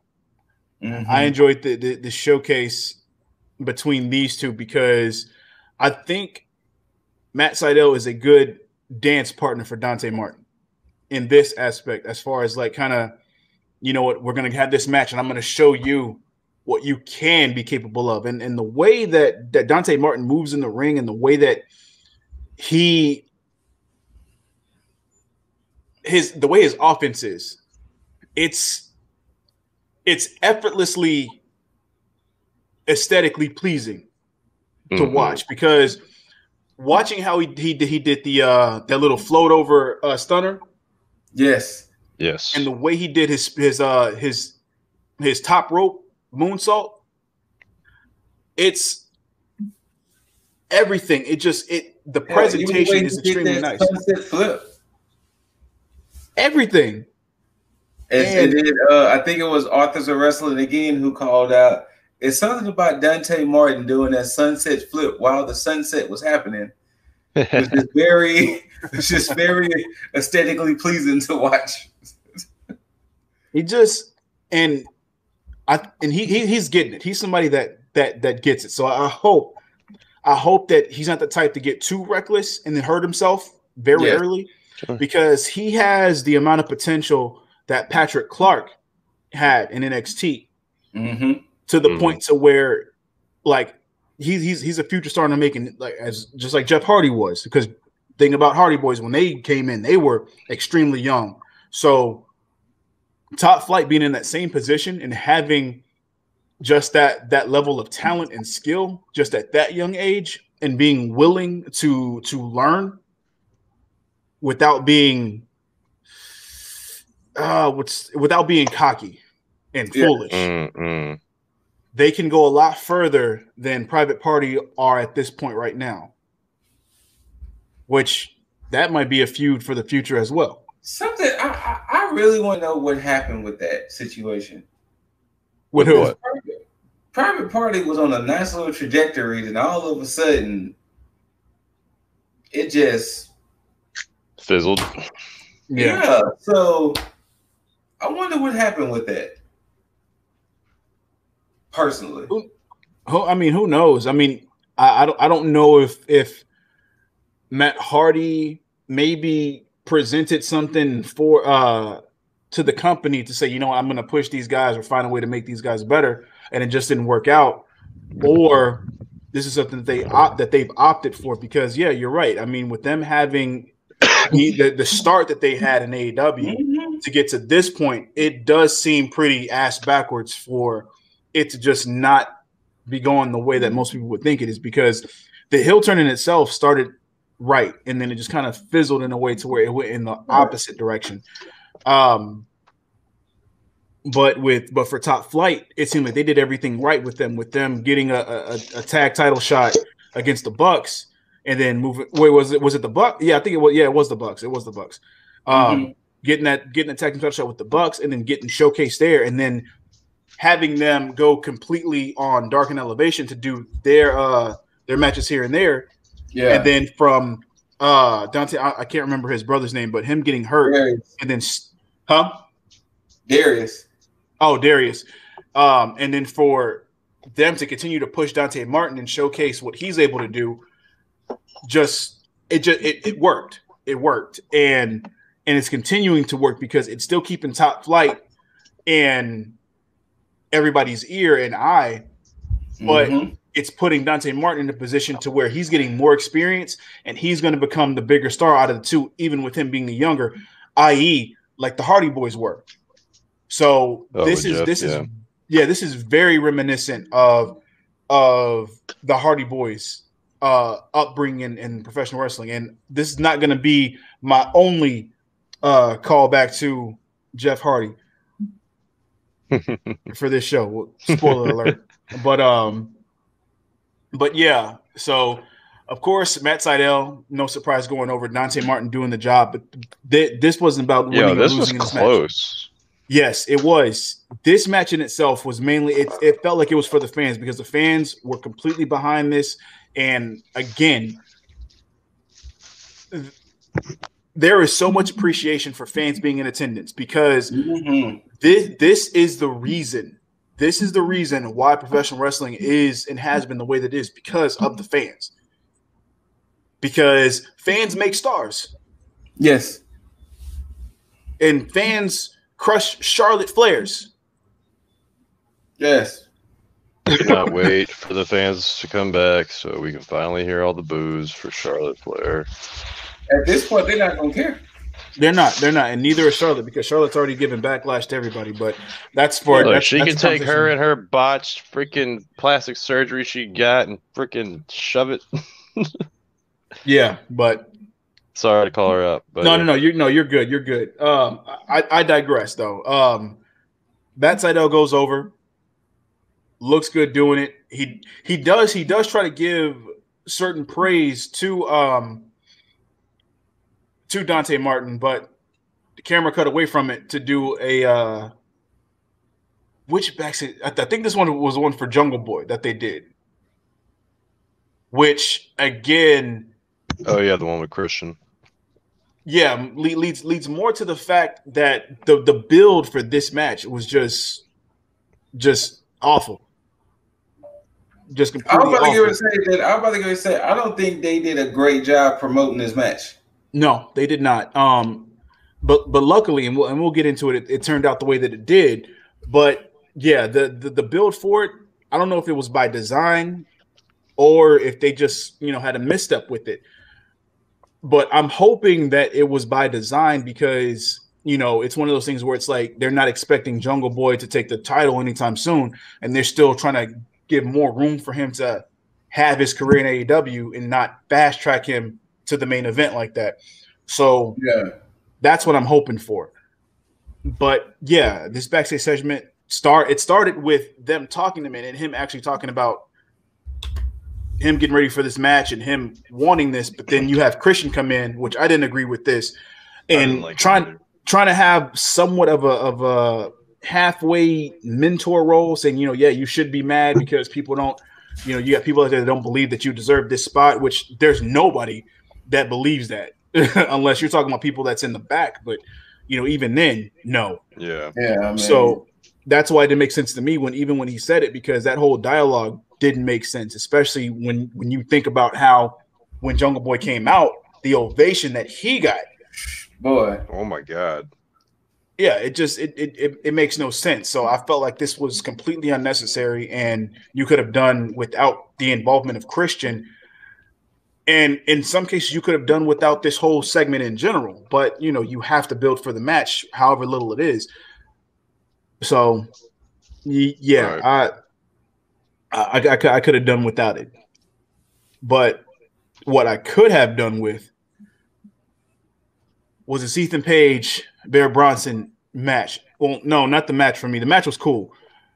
The end was what was it for me. Yes, I mean we can just skip all the way to the end. Okay.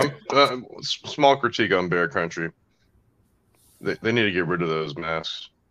You don't want them to have Leatherface mask, man? I mean, they're starting to. Every time I see them, I'm seeing more and more of Fiend.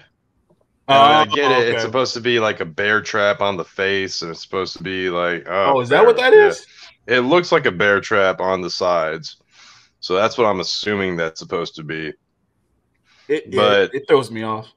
Yeah, it gives me Fiend vibes. It gives me like shit like that, and I don't know. I think they can do without it. Mm. Yeah.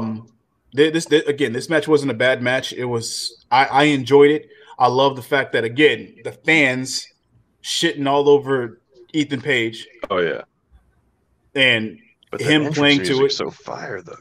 It is. It is. You know, I'm glad they never changed Scorpios. And, oh, matter of fact, not only the entrance music, but that entrance video that they have with Oh, the them minute of the year. the magazine, Yeah, just perfect.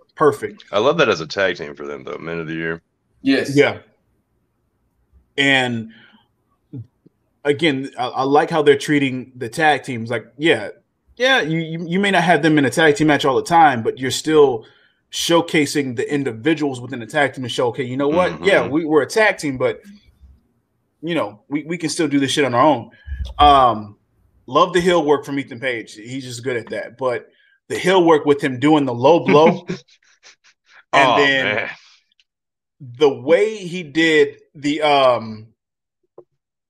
what is it the Ego Edge or is it the Ethan Edge? Is that what Ego's Edge? Ego's Edge? There you go.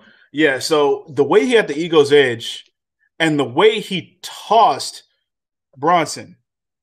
Holy shit! I'm like, yo, where is his strength coming from? I mean, I already know you can toss Darby across, you know, the fucking barricade, but Bro, he straight up held Bronson for a second. he did. I'm like, okay, yeah, give me more of this. And now we didn't expect for the feud between him and Darby to be over with because with their indie past and indie feuds and rivalry that they've had, they're going to play more into that, and they're going to want to give more matches with them. So now this, I was slightly surprised that they were still pushing the Darby Ethan thing, but like you just said, I hadn't known too much about their indie history. Yeah, with this, I don't know if this is going to be a blow-off match for them with this whole coffin match, even though, you know, casket match sounds better because we're used to it. But, you know, it's apropos for it to be a coffin match because Darby's finisher is the coffin drop. So, yeah, I don't know. I still don't know how I feel about it yet. I'm not mad at this because these two are going to give a good match. But just the stipulation is where I'm just like, I don't know. So, yeah, and I think this is what this is for. No, I think it's for what next month. I think. It was for. It's for that Beach Bash or whatever. That's in 2 weeks. Road Rager. I think. Road Rager. Oh, Road Rager. Yeah. There we go. Yeah. So, looking forward to that. It'll be cool. After that, we had a backstage segment with Jade Cargill. Kind of the same old shit. Not mad at it. Whoa. You got to talk about her hot new shirt that is for sale at AEWshop.com. When you use 20% off code THATB. I mean, I didn't notice. Smart Mark advertised. I didn't notice the shirt until it got ripped. Other things were in the way. Smart Mark was talking, so I couldn't get past what was going on. But yeah, the shirt got ripped though. She ripped that shit. She did rip that shit. But yeah, I mean, this is the same old with Jade. Yeah. Every tagline at the end, because I'm that bitch. I'm that bitch. Yeah, that bitch. Promo code that. Got it. Yeah, she gets paid for every time she says it. Undefeated still. I need her to, because again, undefeated, but still not in the ranking. So it's hard to brag until you get in that top 5 or the one with gold around her waist. So I think they need to start focusing on that rather than everything else. Look, Jade's she's got the look, yes, but she's got the character and everything, but her in-ring is not bad. So at this point, we need to focus more on that so that way she can stop talking about it and start being about it. So I'm hoping that like Dustin is training her in the back or something until she gets more polished up. If that's the case, then I'm fine with it. You know, put put me in check, AEW. You know, let me see her in the ring, and all of a sudden I'm like, God damn, okay, I see why this was going on. Mm-hmm. I'll shut the fuck up. But I can't say that until I see something. So we'll see. But from there, that's when we had the Penta and Eddie Kingston shit happening, but we already talked about that. But what we did have was Chris Statlander. Yeah. Chris Statlander versus the Bunny. No. We had that bit with the Pinnacle. That's what we had. We had Pinnacle. Well, 3 members of the Pinnacle, Wardlow, Shawn Spears, and MJF, having a backstage brawl with Chris Jericho and Hager, because everybody else was incapacitated for the most part. So right. I like how that shit played out. Like, they kind of strategically took out everybody else and basically left the gimp Chris Jericho and I'd say a half weekly exhausted Hager, since he had his match with Wardlow last week. That was a slobber knocker. Yeah. But the whole narrative of it was them trying to take out Chris Jericho and finish the job on his arm, so that way he didn't have to worry about going against MJF. So they held him down. Shawn Spears grabbed a chair and was about to go to town. Then I still don't understand why Sammy Guevara's music had to play. Didn't make any sense to me. He could have just ran out there. But either way, his music played. It distracted them for all of 5 seconds. Enough time to just throw the proverbial hammer down on Chris Jericho's arm. I still to this day don't understand that. Music hits, let me stop what I'm doing to look at the ramp, so that way I can, his music's hitting. Let me make sure he's coming out. Yeah, right. Instead of just doing the job and then running out after that. Like, yeah, again, that's like the like the movie villain pointing a gun at the hero and be like, you know what? I'm going to tell you all about my plan before I shoot you. And then trademark monologuing. Exactly. But yeah, Sammy comes in for the save, gets a huge ovation. Oh yeah, Sammy's over. Yeah. Oh yeah. And I'm happy about it, because I said that I think around the time when he left Inner Circle, and I said if he becomes a face, he's gonna have a lot of people behind him, and this is case in point. Inner Circle turned face, and Sammy is, for the most part, the standout as far as the star outside of like Chris Jericho. Face of the faces. I mean, he's their Kyle O'Reilly. I like it. He's cool. I can't. It doesn't work. Can't say he's cool. Guevara. No, can't. No, it don't matter. Anyway, as long as he don't go back to that panda shit, I'm fine. Hey man, that was a cool gimmick. As long as he go back to that panda shit, I'm fine. Yeah, but the definitely got on the mic, custom shit on MJF, and saying that, you basically say that you're better than everybody else and you know it. Well, I'm gonna show you that they say I'm the greatest. He said something along those lines about I'm the greatest here, and you'll know it. Paraphrasing, I have no idea. I can't remember what the fuck he said. But either way, it hit hard for him, and we'll see what happens when they have their match. I think that's next week. MJF and Sammy, it's next week. Yeah. Okay. No. So, y'all did airing on a Wednesday, isn't it? Yeah. Next week is back on Wednesday. Thank God. Nice 3 days. All right. Not only on Wednesday, but live on Wednesday. Mm-hmm. Yeah. So, that's when they start the road. So they're in Miami then, right? Or are they back? No. They're doing. This Wednesday is the final one at Daly's place for a while. Oh shit! Yeah. Hopefully, so they'll have fans in attendance. Hopefully, I'm sure they should. I don't see why they wouldn't. But yeah. But from there, we get Chris Statlander and the Bunny. with both Orange Cassidy as well as Blade at ringside. Statlander, though. Oh, wait, we're skipping over one important thing that we missed. Well, which thing? The Miro promo. Oh! Hey. I'm definitely getting into that. I'm Okay. definitely going to get into that because I'm gonna save that one? because Pillman's promo was after this match when he had his Okay. response. So yeah, I'm definitely going to get into both of those at once. Gotcha.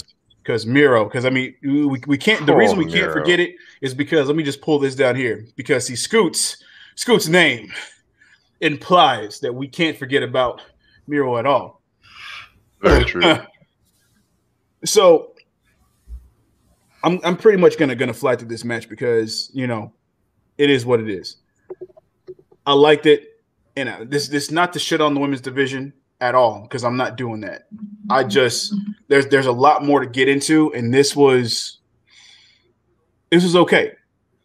This was more showy than anything because this seems to me like this was more meant for the segment that happened at the end of this match rather than the match itself. Because you think about Bunny and Statlander, I'm pretty sure you know who's going to go over.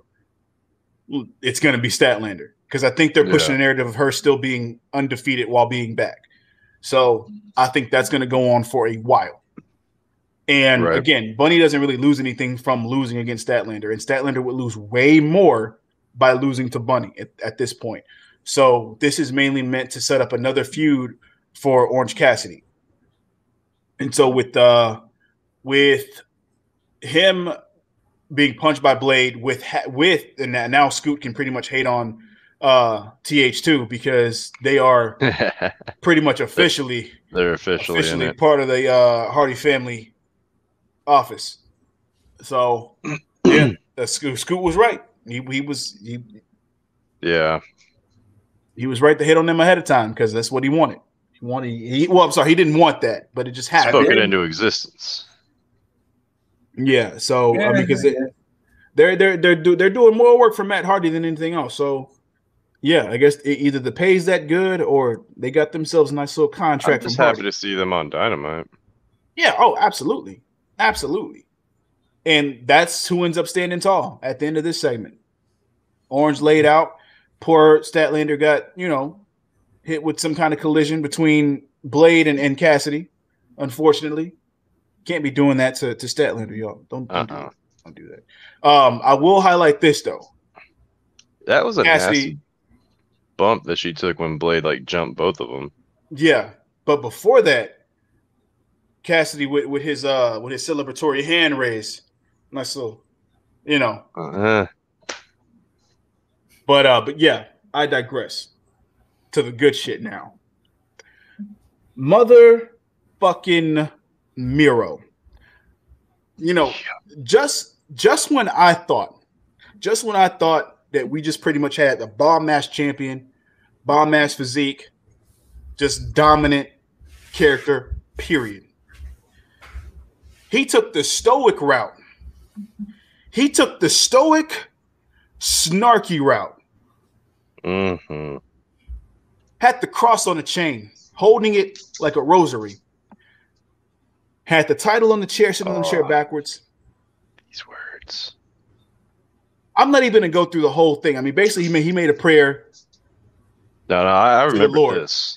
He made a prayer to the Lord. Bomb ass shit. Yeager, if you want to go through it, I'll let you go through it. No. I didn't remember the whole verse that he dropped, but the 6 words that were involved were, I want to thank the good Lord for keeping me powerful and my hot wife flexible. Oh, cool. My thing was his last bar, period. That had me just like, oh. The smartest thing you could have ever done was think about attacking me. The stupidest thing you could have done is actually do it. You know what that reminded me of? It reminded me of an old Muhammad Ali line he used to say. If you even dream about if you even have a dream that you beat me, you should wake up and apologize. Oh, oh. Oh. WWE. You know you fucked up, right? Yeah, you know you fucked up, right? You know you fucked up, right? Two biggest people they fucked up with. John Huber, R.I.P. and Miro.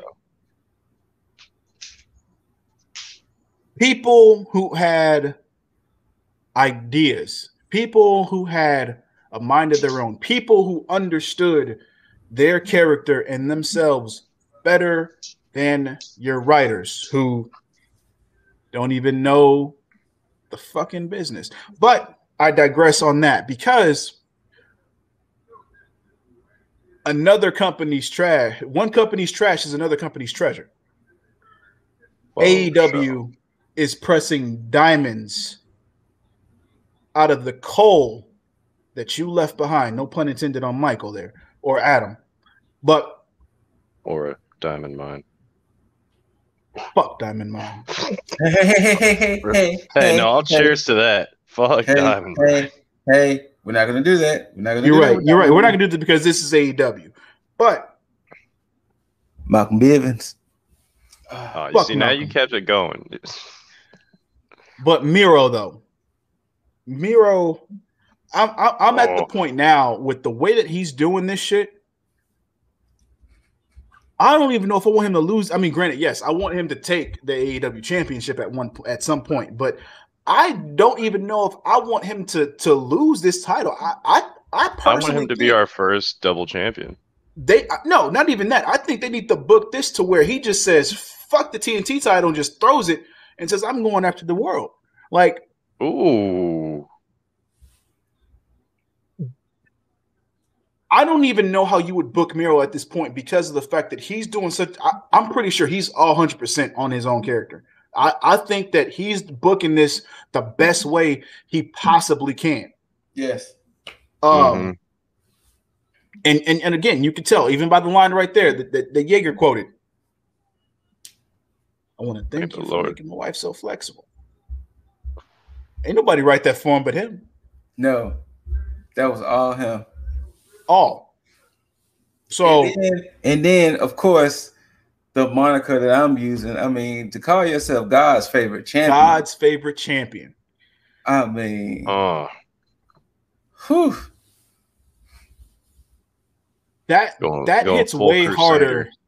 That hits way harder than JBL saying I'm a wrestling god. Right. And it works so well because of the fact that he didn't say it.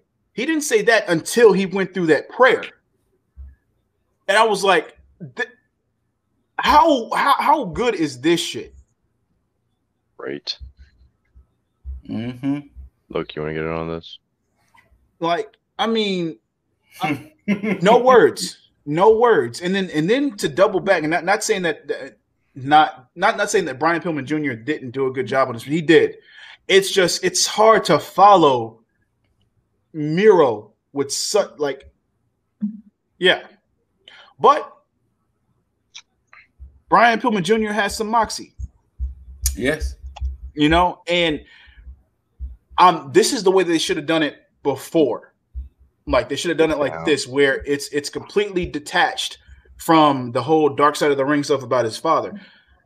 They should have done it like this to where it's like, you know what? I'm doing the tag team stuff. Cool.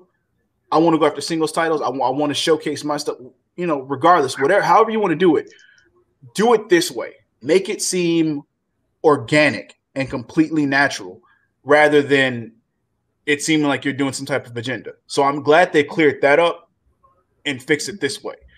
I meant to bring this up last week when we was talking about it. The one thing I don't want them to do, I don't want them to make Kip take the belt off of Miro. Oh, I definitely don't see that. I don't think anybody's going to be behind Kip like that. Yeah. I'd like them to, if Kip's going to be involved, I don't really want Kip involved, but if Kip has to be involved, maybe be part of the fuck finish, not necessarily be the guy to take the belt. Okay. Okay. I can see that. Yeah. Like he'll have a match with insert name here, and Kip shows up to fuck it over. AEW, listen to me. Listen to me. AEW. I put my crown on, but I don't feel like doing it because it's not that time. Have Miro be completely dominant. Have him toss that title and say, I want that world title. Do that. And then what you do is you have a tournament, another tournament for the TNT title, so you can showcase the talent that need to be showcased.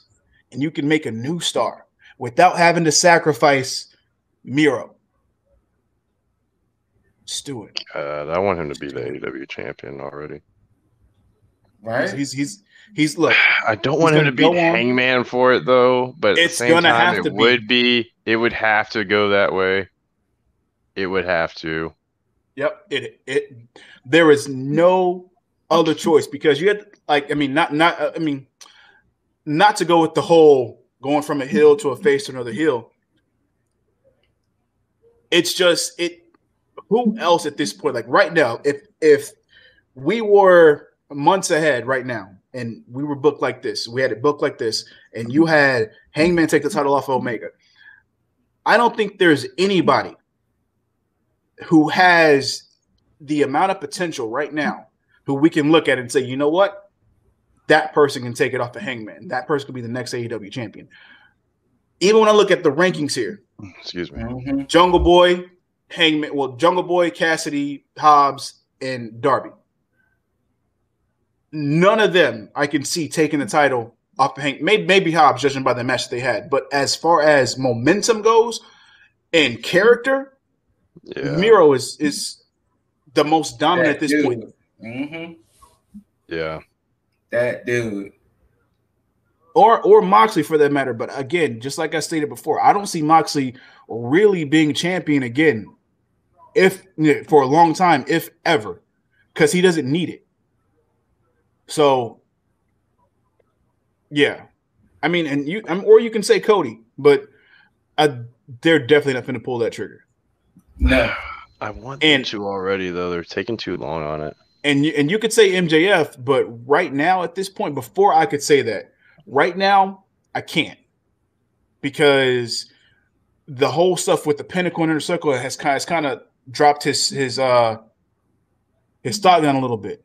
Yeah, and he hasn't been in the top 5 of the rankings in a long time. So, yeah, Miro, God's favorite champion. Yeah, and you can't deny that. Favorite champion. And soon enough, it's going to be Khan's favorite champion.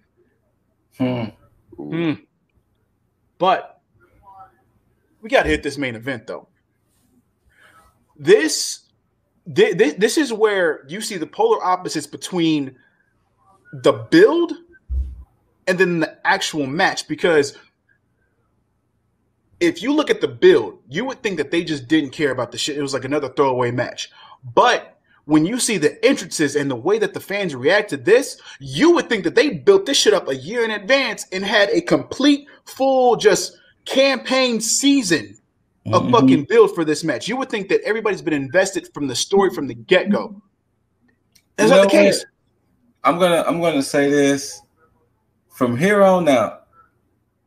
AEW and WWE/NXT.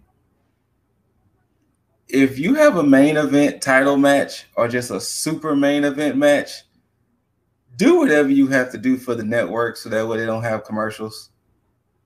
Yes. For the love of God. Do whatever you have to do to where your main event match, especially if it's a mega match. I ain't saying every main event. I ain't saying every title match, but every world title match that's on TV, every blood and guts, O'Reilly versus Cole, whatever. Pay for no commercials. Just pay the money. Because picture-in-picture takes me out of it. The moment between NXT and AEW, the moment they announce picture-in-picture, I tune out. The thing, that was a sad thing too, because Kenny put Jungle Boy into the fans, like in their lap during the picture-in-picture. I tune out. Anytime they mention picture-in-picture, I tune out. And, I mean, rightfully so. I mean, I do too. But I was like, okay, I'm gonna keep my eyes glued on the smaller screen on this one, and that's one of the main reasons why I tune out. Because I'm like, because it's a smaller screen. Wait, did because I can't remember. Did Britt Baker and Thunder Rosa, they're unsanctioned? Was there commercials during that? No, I can't remember. Yeah, neither can I. I'm pretty sure. Because I honestly can't recall. I think if they did it, stupid because it's unsanctioned, so it shouldn't matter for the fucking network. But anyway, I miss those feels, especially with old school WWE when they're like, this got a main event and it's gonna be commercial free, so don't go anywhere. Just shit like that. It's just, it's not give hard. A level of importance to it. Yeah, exactly. And I mean, you want people to stay tuned. I mean, it's like, I get it. You want people to see the network wants people to see the commercials and the ads and stuff like that. But I mean, when you think about it, it's a commercial break. I mean, I can get up, use the restroom, get up, get something to eat, get up, grab a drink. Not many people are just sticking around to watch fucking commercials. So, right. To like this isn't the Super Bowl. That's the one time that everybody cares about fucking ads and commercials is a Super Bowl. Not everybody's sitting. Yeah, and all the money that these companies are making, it makes no sense why you can't just say, you know what, we have money here. Let's forego the commercials on this match. On top of that, I don't get why commercials play during any match, because you can have breaks in between each match. Like, you have segments and stuff, but you can have segments when you get back from a commercial break and then have a match, however short it's going to be, then have a commercial break after the match. These matches last between 10, 20 to 30 minutes. I know. I think with certain shows, I mean, you think about an hour-long TV show. In most cases, those shows are maybe like 44 minutes. Yeah, about 44 minutes. So it's like, and they're not cutting like every fucking 10 minutes, every 5 minutes to have a fucking commercial break. Mm-hmm. So you got 2 to 3 hour shows here. You can strategically place these fucking commercial breaks or place these matches to where they fit in between commercial breaks. Picture in picture is just not the way at all. No. At all. Especially when you have, again, like, I don't know when they're going to, if it even gets back to that, but you may start having these shows compete against each other, and all you're going to do is have another Monday Night War situation where it's like, oh shit, commercial break on Nitro. Back in the day, that's what I used to do on Mondays. Same. WWF went to commercial, I went to WCW, vice versa. Picture in picture does not make me watch. Yeah, I don't understand, and I don't. Who was the first person to do that? Was that SmackDown that started doing picture in picture? Picture in picture. No. Was it SmackDown or Raw? It was Raw. Raw started everything. Those motherfuckers. No, wait. I think it might have been SmackDown. I think SmackDown when it went to Fox. I think when it first went to Fox, right? Yeah, I think SmackDown might have started that picture in picture BS. Because I don't think Raw was doing it. I think I thought it was cool then because the action was still on the TV, but it still gave me like after it's been here for a while, it's just you've muted out the sounds, you've muted out everything else. If you maybe muted your damn commercials and then kept the action going on your audio, then maybe I'd be still paying attention to picture in picture. Yeah, because it was a strategic thing to stop people from changing channels, which the inception of it, cool, but it just like at first I stuck with it. I was like, all right, this is cool, but then eventually like, ooh, shiny, because this commercial or that commercial, you know? Well, I think the problem is personally, I'm having my old school wrestling fan mind, the match is not going to end during a commercial break. Oh, obviously. Yeah. So that's the reason why I'm like, oh, okay. Like the only time something crazy like that happened was when Kushida and Santos had their 2 out of 3 falls, where I think Kushida got his fall during a commercial break. But other than that, you know for a fact, Jungle Boy and Kenny Omega, their match isn't going to end during a commercial break. Right. And Scoot, you're right. SmackDown? Mm-hmm. Yeah, I'm saying, I thought it was SmackDown when they went to Fox. Yeah.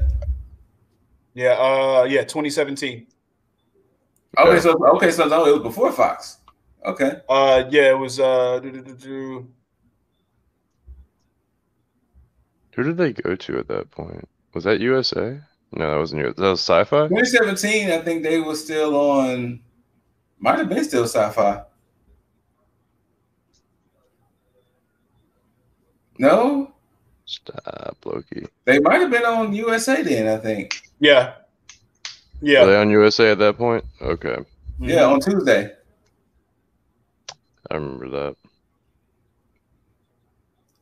There it is. But yeah, all companies stop picture in picture. Please. I mean, if you're gonna cut away, just say fuck it, cut away, or just cut the fucking commercial. You can do it, especially if it's done before. That means it's not out of the realm of possibilities to. Or even give us like a longer commercial break for that. That way we can have a full-on match or whatever. Like, do what you got to do. I'd be fine with that. Because I mean, commercials typically last about a good 5-6 minutes. So depending, yeah.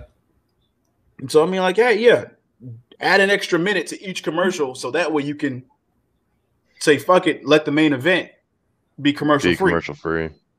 So and again, not even all the time, just for these big super main events.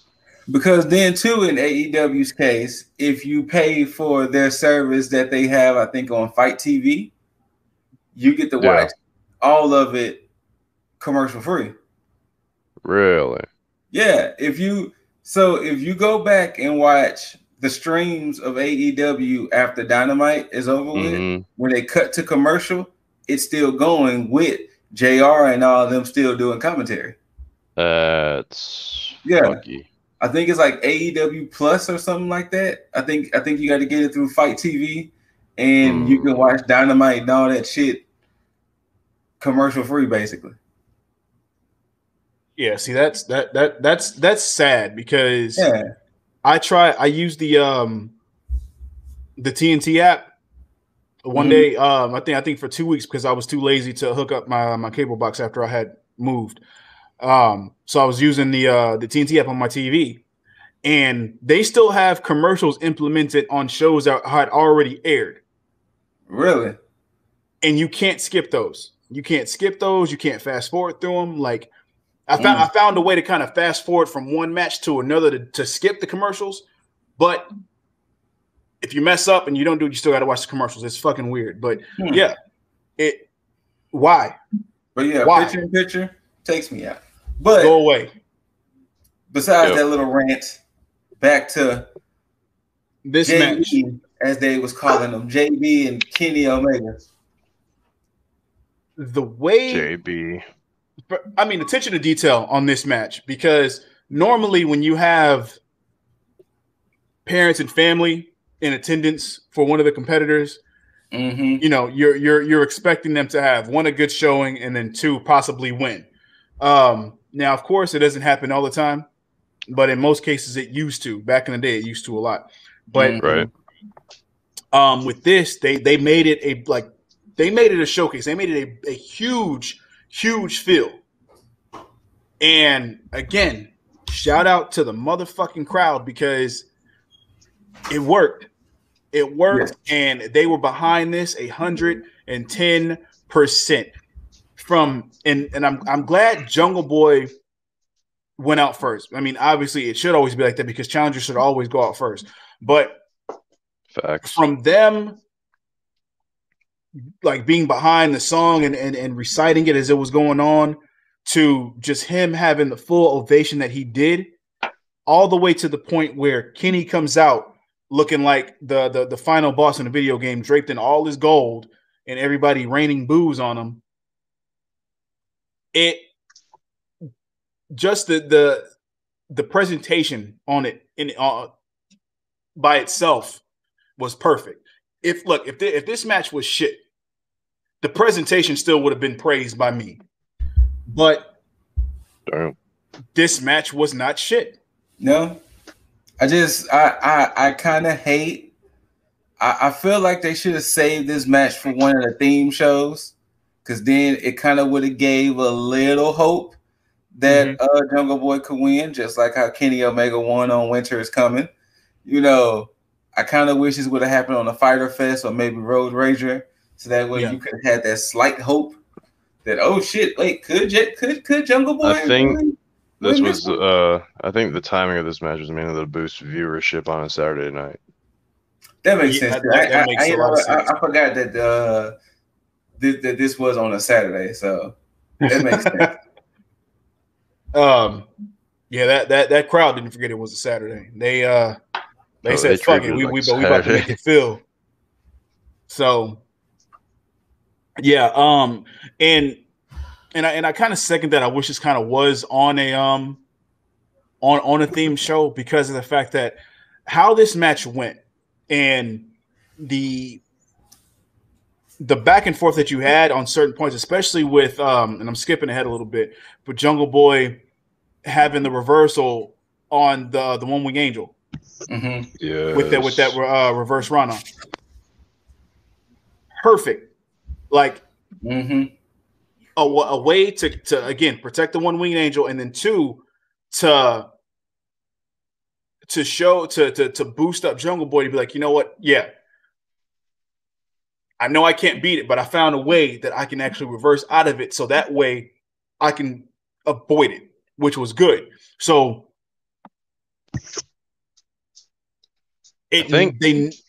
go ahead. Correct me if I'm wrong, man, but I think there are more reversals on the One Winged Angel than there actually are hits. And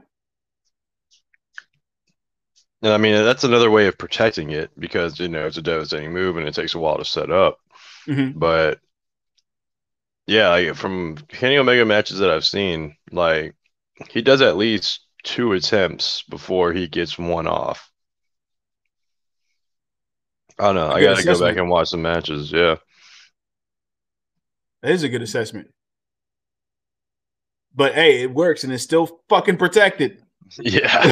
Yeah. But I'm glad it is, because it still leads to the fact that, just how we said before. Wait, hold on. Quick question for y'all. How do y'all feel about that move being so protected? I love it. Okay. I love it for the fact because one with Kenny being champion and what they're doing with him storyline wise, with him being the belt collector and everything, it's appropriate. It's almost like, it's like, well, he's a belt collector for a reason, because this one move that he's able to get off and know for a fact it's over with, done with, the finish completely. It gives him that big boss motif, just like I said before, when you get the parallels between him and Jungle Boy coming out and him looking like a final boss. That One Winged Angel is the perfect representation of that, and I don't mind it because of how well it was treated in New Japan. Okay, so it to carry on like this it makes sense, and maybe that could be my bias because of what I've experienced through him, being out there and then coming here. But again, that's all to the point of creative control as well. So, like, I don't know. I like that there's a character out there that is, you can beat the crap out of him, but as long as he gets that one move off on you, that's it. Yeah. Makes sense too. So that's I guess too, in the One Wing Angel's defense, the way he has to hit it, it's not like taking a claymore or a spear or a stunner. He has to legit pick you up, you know, curl you in, and then there's a lot of steps to the move. Do y'all remember an anime called Ultimate Muscle? Yeah. Yes, sir. Yeah. Wait, hold up. It was funny because I was talking to Britt about it I think a few days ago, because I was literally talking about, right, because the Rice and Cow song came into my head, and she was asking like where it came from. I was like, oh, it's from Ultimate Muscle. She's like, what's that? So we brought that up, and so yeah, so yeah, it's funny that he brought that up. Don't forget they made Samoa Joe stop doing the muscle buster. Yeah. Oh yeah, shit. Well, that's I think he hurt somebody. That's why I bring it up, is because like once he got that muscle buster off, it was like that was it. So it kind of reminds me of like old animes like that. Yeah. He just has to get that move off and he wins. Man, now I gotta watch Ultimate Muscle. I was telling myself before, but now I got it. Now I got to go do it. So shout out to everybody else. If you haven't seen Ultimate Muscle, go watch Ultimate Muscle. If you can find it streaming, or if you can buy it physically, I don't know. That's our ad for the day. Go watch Ultimate Muscle. Anyway, I don't even know if the thing is streaming. I gotta find it now too. This to me, this is where the Jeff Hardy isms come into play. This match reminded me of the Undertaker versus Jeff Hardy ladder match. And the reason I say that, not for the fact that, you know, Kenny Omega's here and Jungle Boy's here, it's for the fact that just the ovation that Jungle Boy got and the star power that he has potentially. Yes. It shows me the parallels as far as like how they looked at Jeff Hardy then and said, you know what? We want him to win that title. We're behind him. And then, of course, eventually he got it years later. But the same thing for Jungle Boy. It's like you have a mountain's worth of people behind him, ready for him to strap the rocket on his back and say, you know, propel him. Well, remember, send him to the moon. Well, remember what I told you that Jim Cornette says their future title picture is Jungle Boy and MJF. Oh, absolutely. Oh, for absolutely. Sure. And it's gonna have to be that. I think that's one of the reasons why we're not even putting MJF in the category right now, somebody who could take the belt off of Hangman, because they're gonna probably take a good maybe year before they even start to scratch the surface on the next era of the main event scene. Do you think they're gonna eventually stop their long title reigns? Yes. They're going to have to. They don't, because it's at a point right now where you have a lot of people in the company, and it's going to have to, and I think it's going to start with Miro. It's going to start with Miro after he relinquishes the TNT title, because I think that's going to be the first one where you start seeing multiple title reigns from different people. And then you start to see a change in the title pictures on all belts. So, yeah, I think that'll be the start, because that's going to be your workhorse title. Okay, makes sense. And I think that's where that's going to start. And then I think from Hangman, probably from Hangman, and then maybe Miro, if that's the way that it goes. Miro will probably be. It's funny. Miro might be the last long reigning champ on both titles. Damn. Which would be I don't know. I kind of want him to be double champ. I mean, they might pull the Ultimate Warrior. And I mean, if they do that, we might get both. We might get him winning both titles. That might be the first time we do a short reign.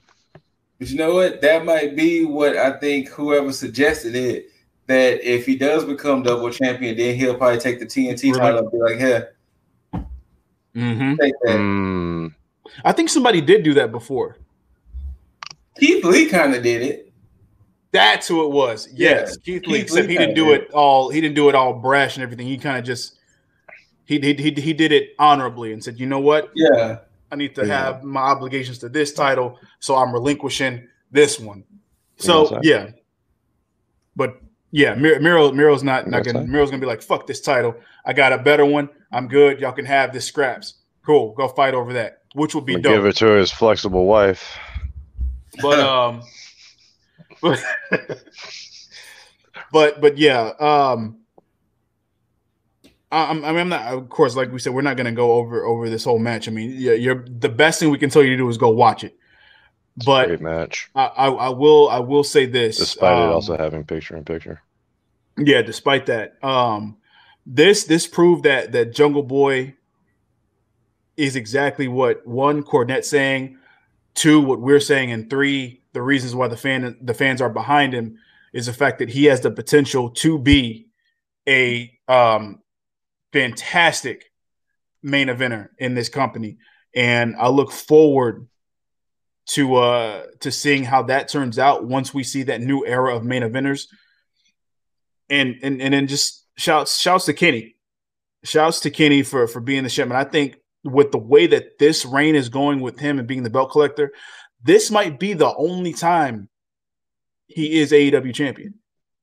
I think what he's doing, he's basically blowing his load at this one point in time, getting all these belts, having this build and this push, so that way nobody can follow what he's doing. That was going to be my question.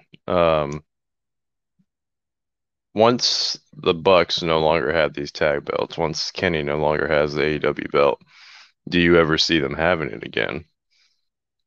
For Kenny, no, not at all. Bucks, let's see.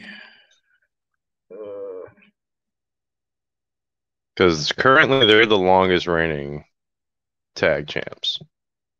200 days or something like that. According to Brandon Cutler, who was cut off immediately by Nick, it was 200 some odd days.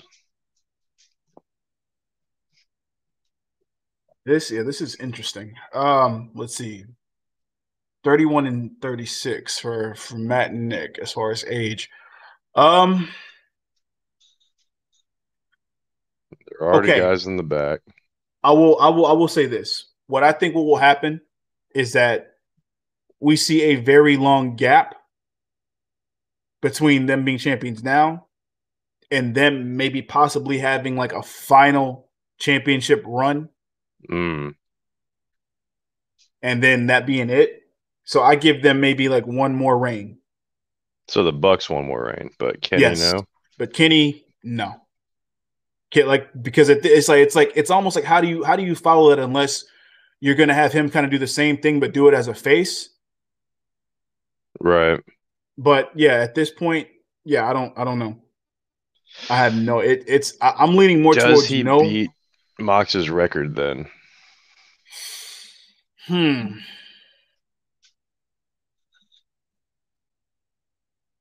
That is a good question. Because let's see, as far as okay, right now he's at 206 days. Kenny is? Yeah. Damn. Mox, because he's already beat Jericho. Jericho is at 182. Mox is at 277. So yeah, he's on his way to that. Let's see, a couple more months, yeah. I think he survives one more pay-per-view. Maybe gets the pay-per-view at the end of the year. unless they're gonna fast track him and Paige, he's gonna end up beating Mox's record because that's at this point 2 months. In about 2 months. So yeah, if we think about we said the Bucks losing in September, so they might lose all at the same event. They could. Ooh, and have it all be because of Kazarian. It could be. That's who we get. I think we get Christian and Omega, and then we get Omega and Kazarian. Hangman. Oh, and then Omega and Kazarian, then Hangman. Then Hangman. Because I think this whole Elite Hunter stuff is gonna happen over the next 2 months. So I think that works. And yeah, and I think Yeah, we might get it. We might get it that way. And it would actually make more sense for them to lose the titles all at the same show, because then you could write the Elite off of television for a while all at the same time. True. So, well, And then yeah. have them come back in a face fashion or something like that. Mm-hmm. Yep. Because then they I can like sit it. back, do the EVP stuff while you make more stars, and they come back and they get back into the picture. So, yeah, yeah, I think we do get something. I'm down with it. Same, but yeah, Kenny goes over with the One Wing Angel over Jungle Boy. I mean, it's expected. It would be way too soon for Jungle Boy to get that title, because it would be a detriment to him if he did. Um, because again, this is the future face of the company. Outside of MJF being a heel, you have almost a forever baby face within Jungle Boy.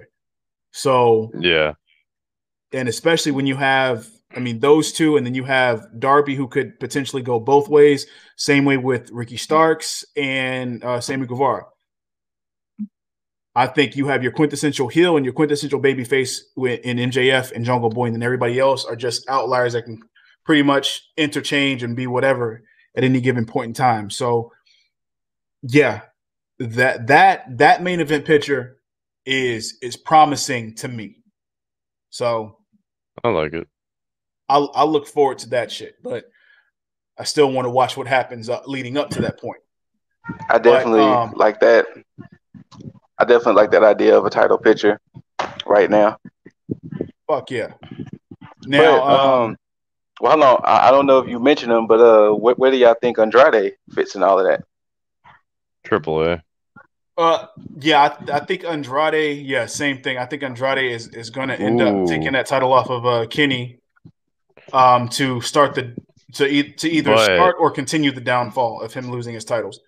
but yeah, he wins against Kenny for the Triple A, but he is signed to AEW. He's not signed to Triple A. Mm-hmm. And True. remember, So he did say he wants the TNT and the AEW title. so what I'm thinking, and this just came to mind, when Miro bouncing off your idea, Lip, when Miro decides to relinquish that TNT title, Andrade takes that eliminator and then takes the TNT title. Yep. That's the one person I was thinking that could take that, because you can give him, a 2 to 3 month run with the title, Yeah. and because I mean, even if he loses the title, it's still not bad on him. Oh no. He can still dominate a lot of stuff, and he can Ooh, still and then hold. that's when Thea shows up. Hopefully she shows up sooner. But Oh, to almost mirror what she did for him in NXT. yep. Oh, oh, and then that'll put him all, just like NXT, put him in the world title picture. Ooh, Hmm. That's a lot of good fantasy booking. I like it. But we could fantasy book all day.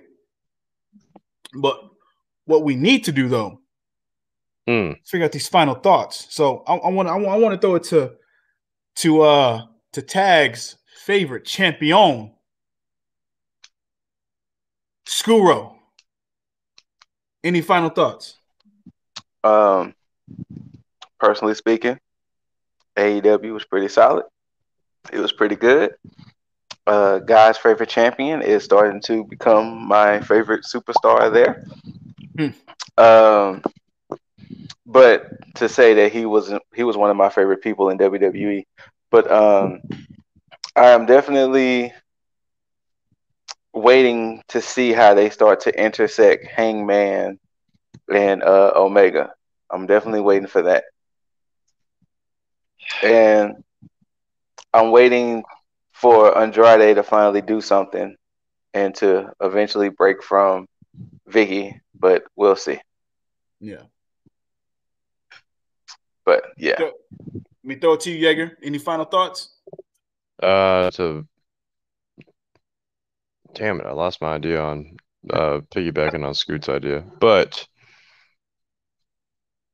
waiting to see some flexible women and some manageable women come into the picture. They're only going to bring the women's division into a better light, assuming even one or both of them even wrestle. This was definitely an upgrade from the past couple weeks that we've been watching Dynamite. Yes. And hope it keeps going from there. I know that they're finally going to get on the road, so that's definitely going to be a highlight in the coming weeks. Just hope the fans that are loyal to the show up and show out for them. Oh, absolutely. You know what? Before you go, Dizzle, I probably realized why this episode was not that bad. It wasn't too much anything to do with Cody and QT, even though I know QT had that little segment, have a promo. but it wasn't a lot of Nightmare Factory and whatever the hell these two damn factions are called. It wasn't a lot of that. The Nightmare Factory. Yeah, it wasn't a lot of that in this show, so that probably helped. That's true. Yeah. I'm not gonna give too much flack on QT Marshall. Because I actually enjoyed what he did last night as far as his backstage promo, because it made more sense when he's by himself and he has ambitions to be a champion. That motive makes more sense to me than him just taking guys away from the Nightmare Factory and making a separate faction. Because it did no justice for anybody. But I didn't like when I seen him, I was like, you know what? I understand that. I get that. You don't want to be in the shadow of the Nightmare family. You want to do your own thing, and you feel like they're holding you back because everybody else is stars and you're just basically being, enhancements for them to boost their stardom instead of yours. So that motive in itself, I'm okay with and I agree with. So if they keep this going, then I'll be more accepting of QT Marshall doing his thing as a heel rather than this whole just faction warfare between these two uninteresting factions. So yeah. But as far as everything else, top to bottom, matches, the show, storylines, promos, everything I enjoyed. Even the ones that are slightly negative in my eyes, everything was good. I hope that from last week to this week to next week, everything continues and they push this same trajectory that they have been with integrating a lot of people that's on Dark and Elevation onto Dynamite to continue it, to build these stars so that way you can keep these in fans' eyes and show who the fans are behind, so that way you can actually start to push them more rather than just keep everybody on one particular show at a time. So yeah, keep that shit up, AEW. I appreciate it. But that's been our fucking time. That was AEW Dynamite, Saturday Dynamite. I enjoyed it. No problem with the show there. But we got to get up out of here. So Scoot, let them know where they can find you. Of course, always you can find me on the Scootical. Because when you think you hit the pinnacle, look up. Of course, the ScooterRay on all your socials, Instagram, Twitch, YouTube, TikTok, IG. I think I said Instagram already, but hey, I'm going to say it twice so it sounds nice. But of course, Less Than Stealthy Ninjas. We Ninja Banter Podcast on podcast streaming platforms, Spotify, Anchor, Google. Absolutely. Yeah, that's where you can, if you really, truly want to find me. Comic Palooza, July 17th and 18th. Ooh, tell them. I'll be there in the flesh. We all will. We most definitely all will. So I may be slightly inebriated. Who knows, man? Birthday shots are going to be all around. So who knows, man? Who knows? So, but less about me and more about Mr. Bombastic. Oh, Let them know. Let them know where they can find you. It's right there. Hmm. It's right there. But I mean, it's more active on the Instagrams, sometimes the Twitters, more on the Xboxes and the PlayStations. So send me an invite. Same name. It's right there.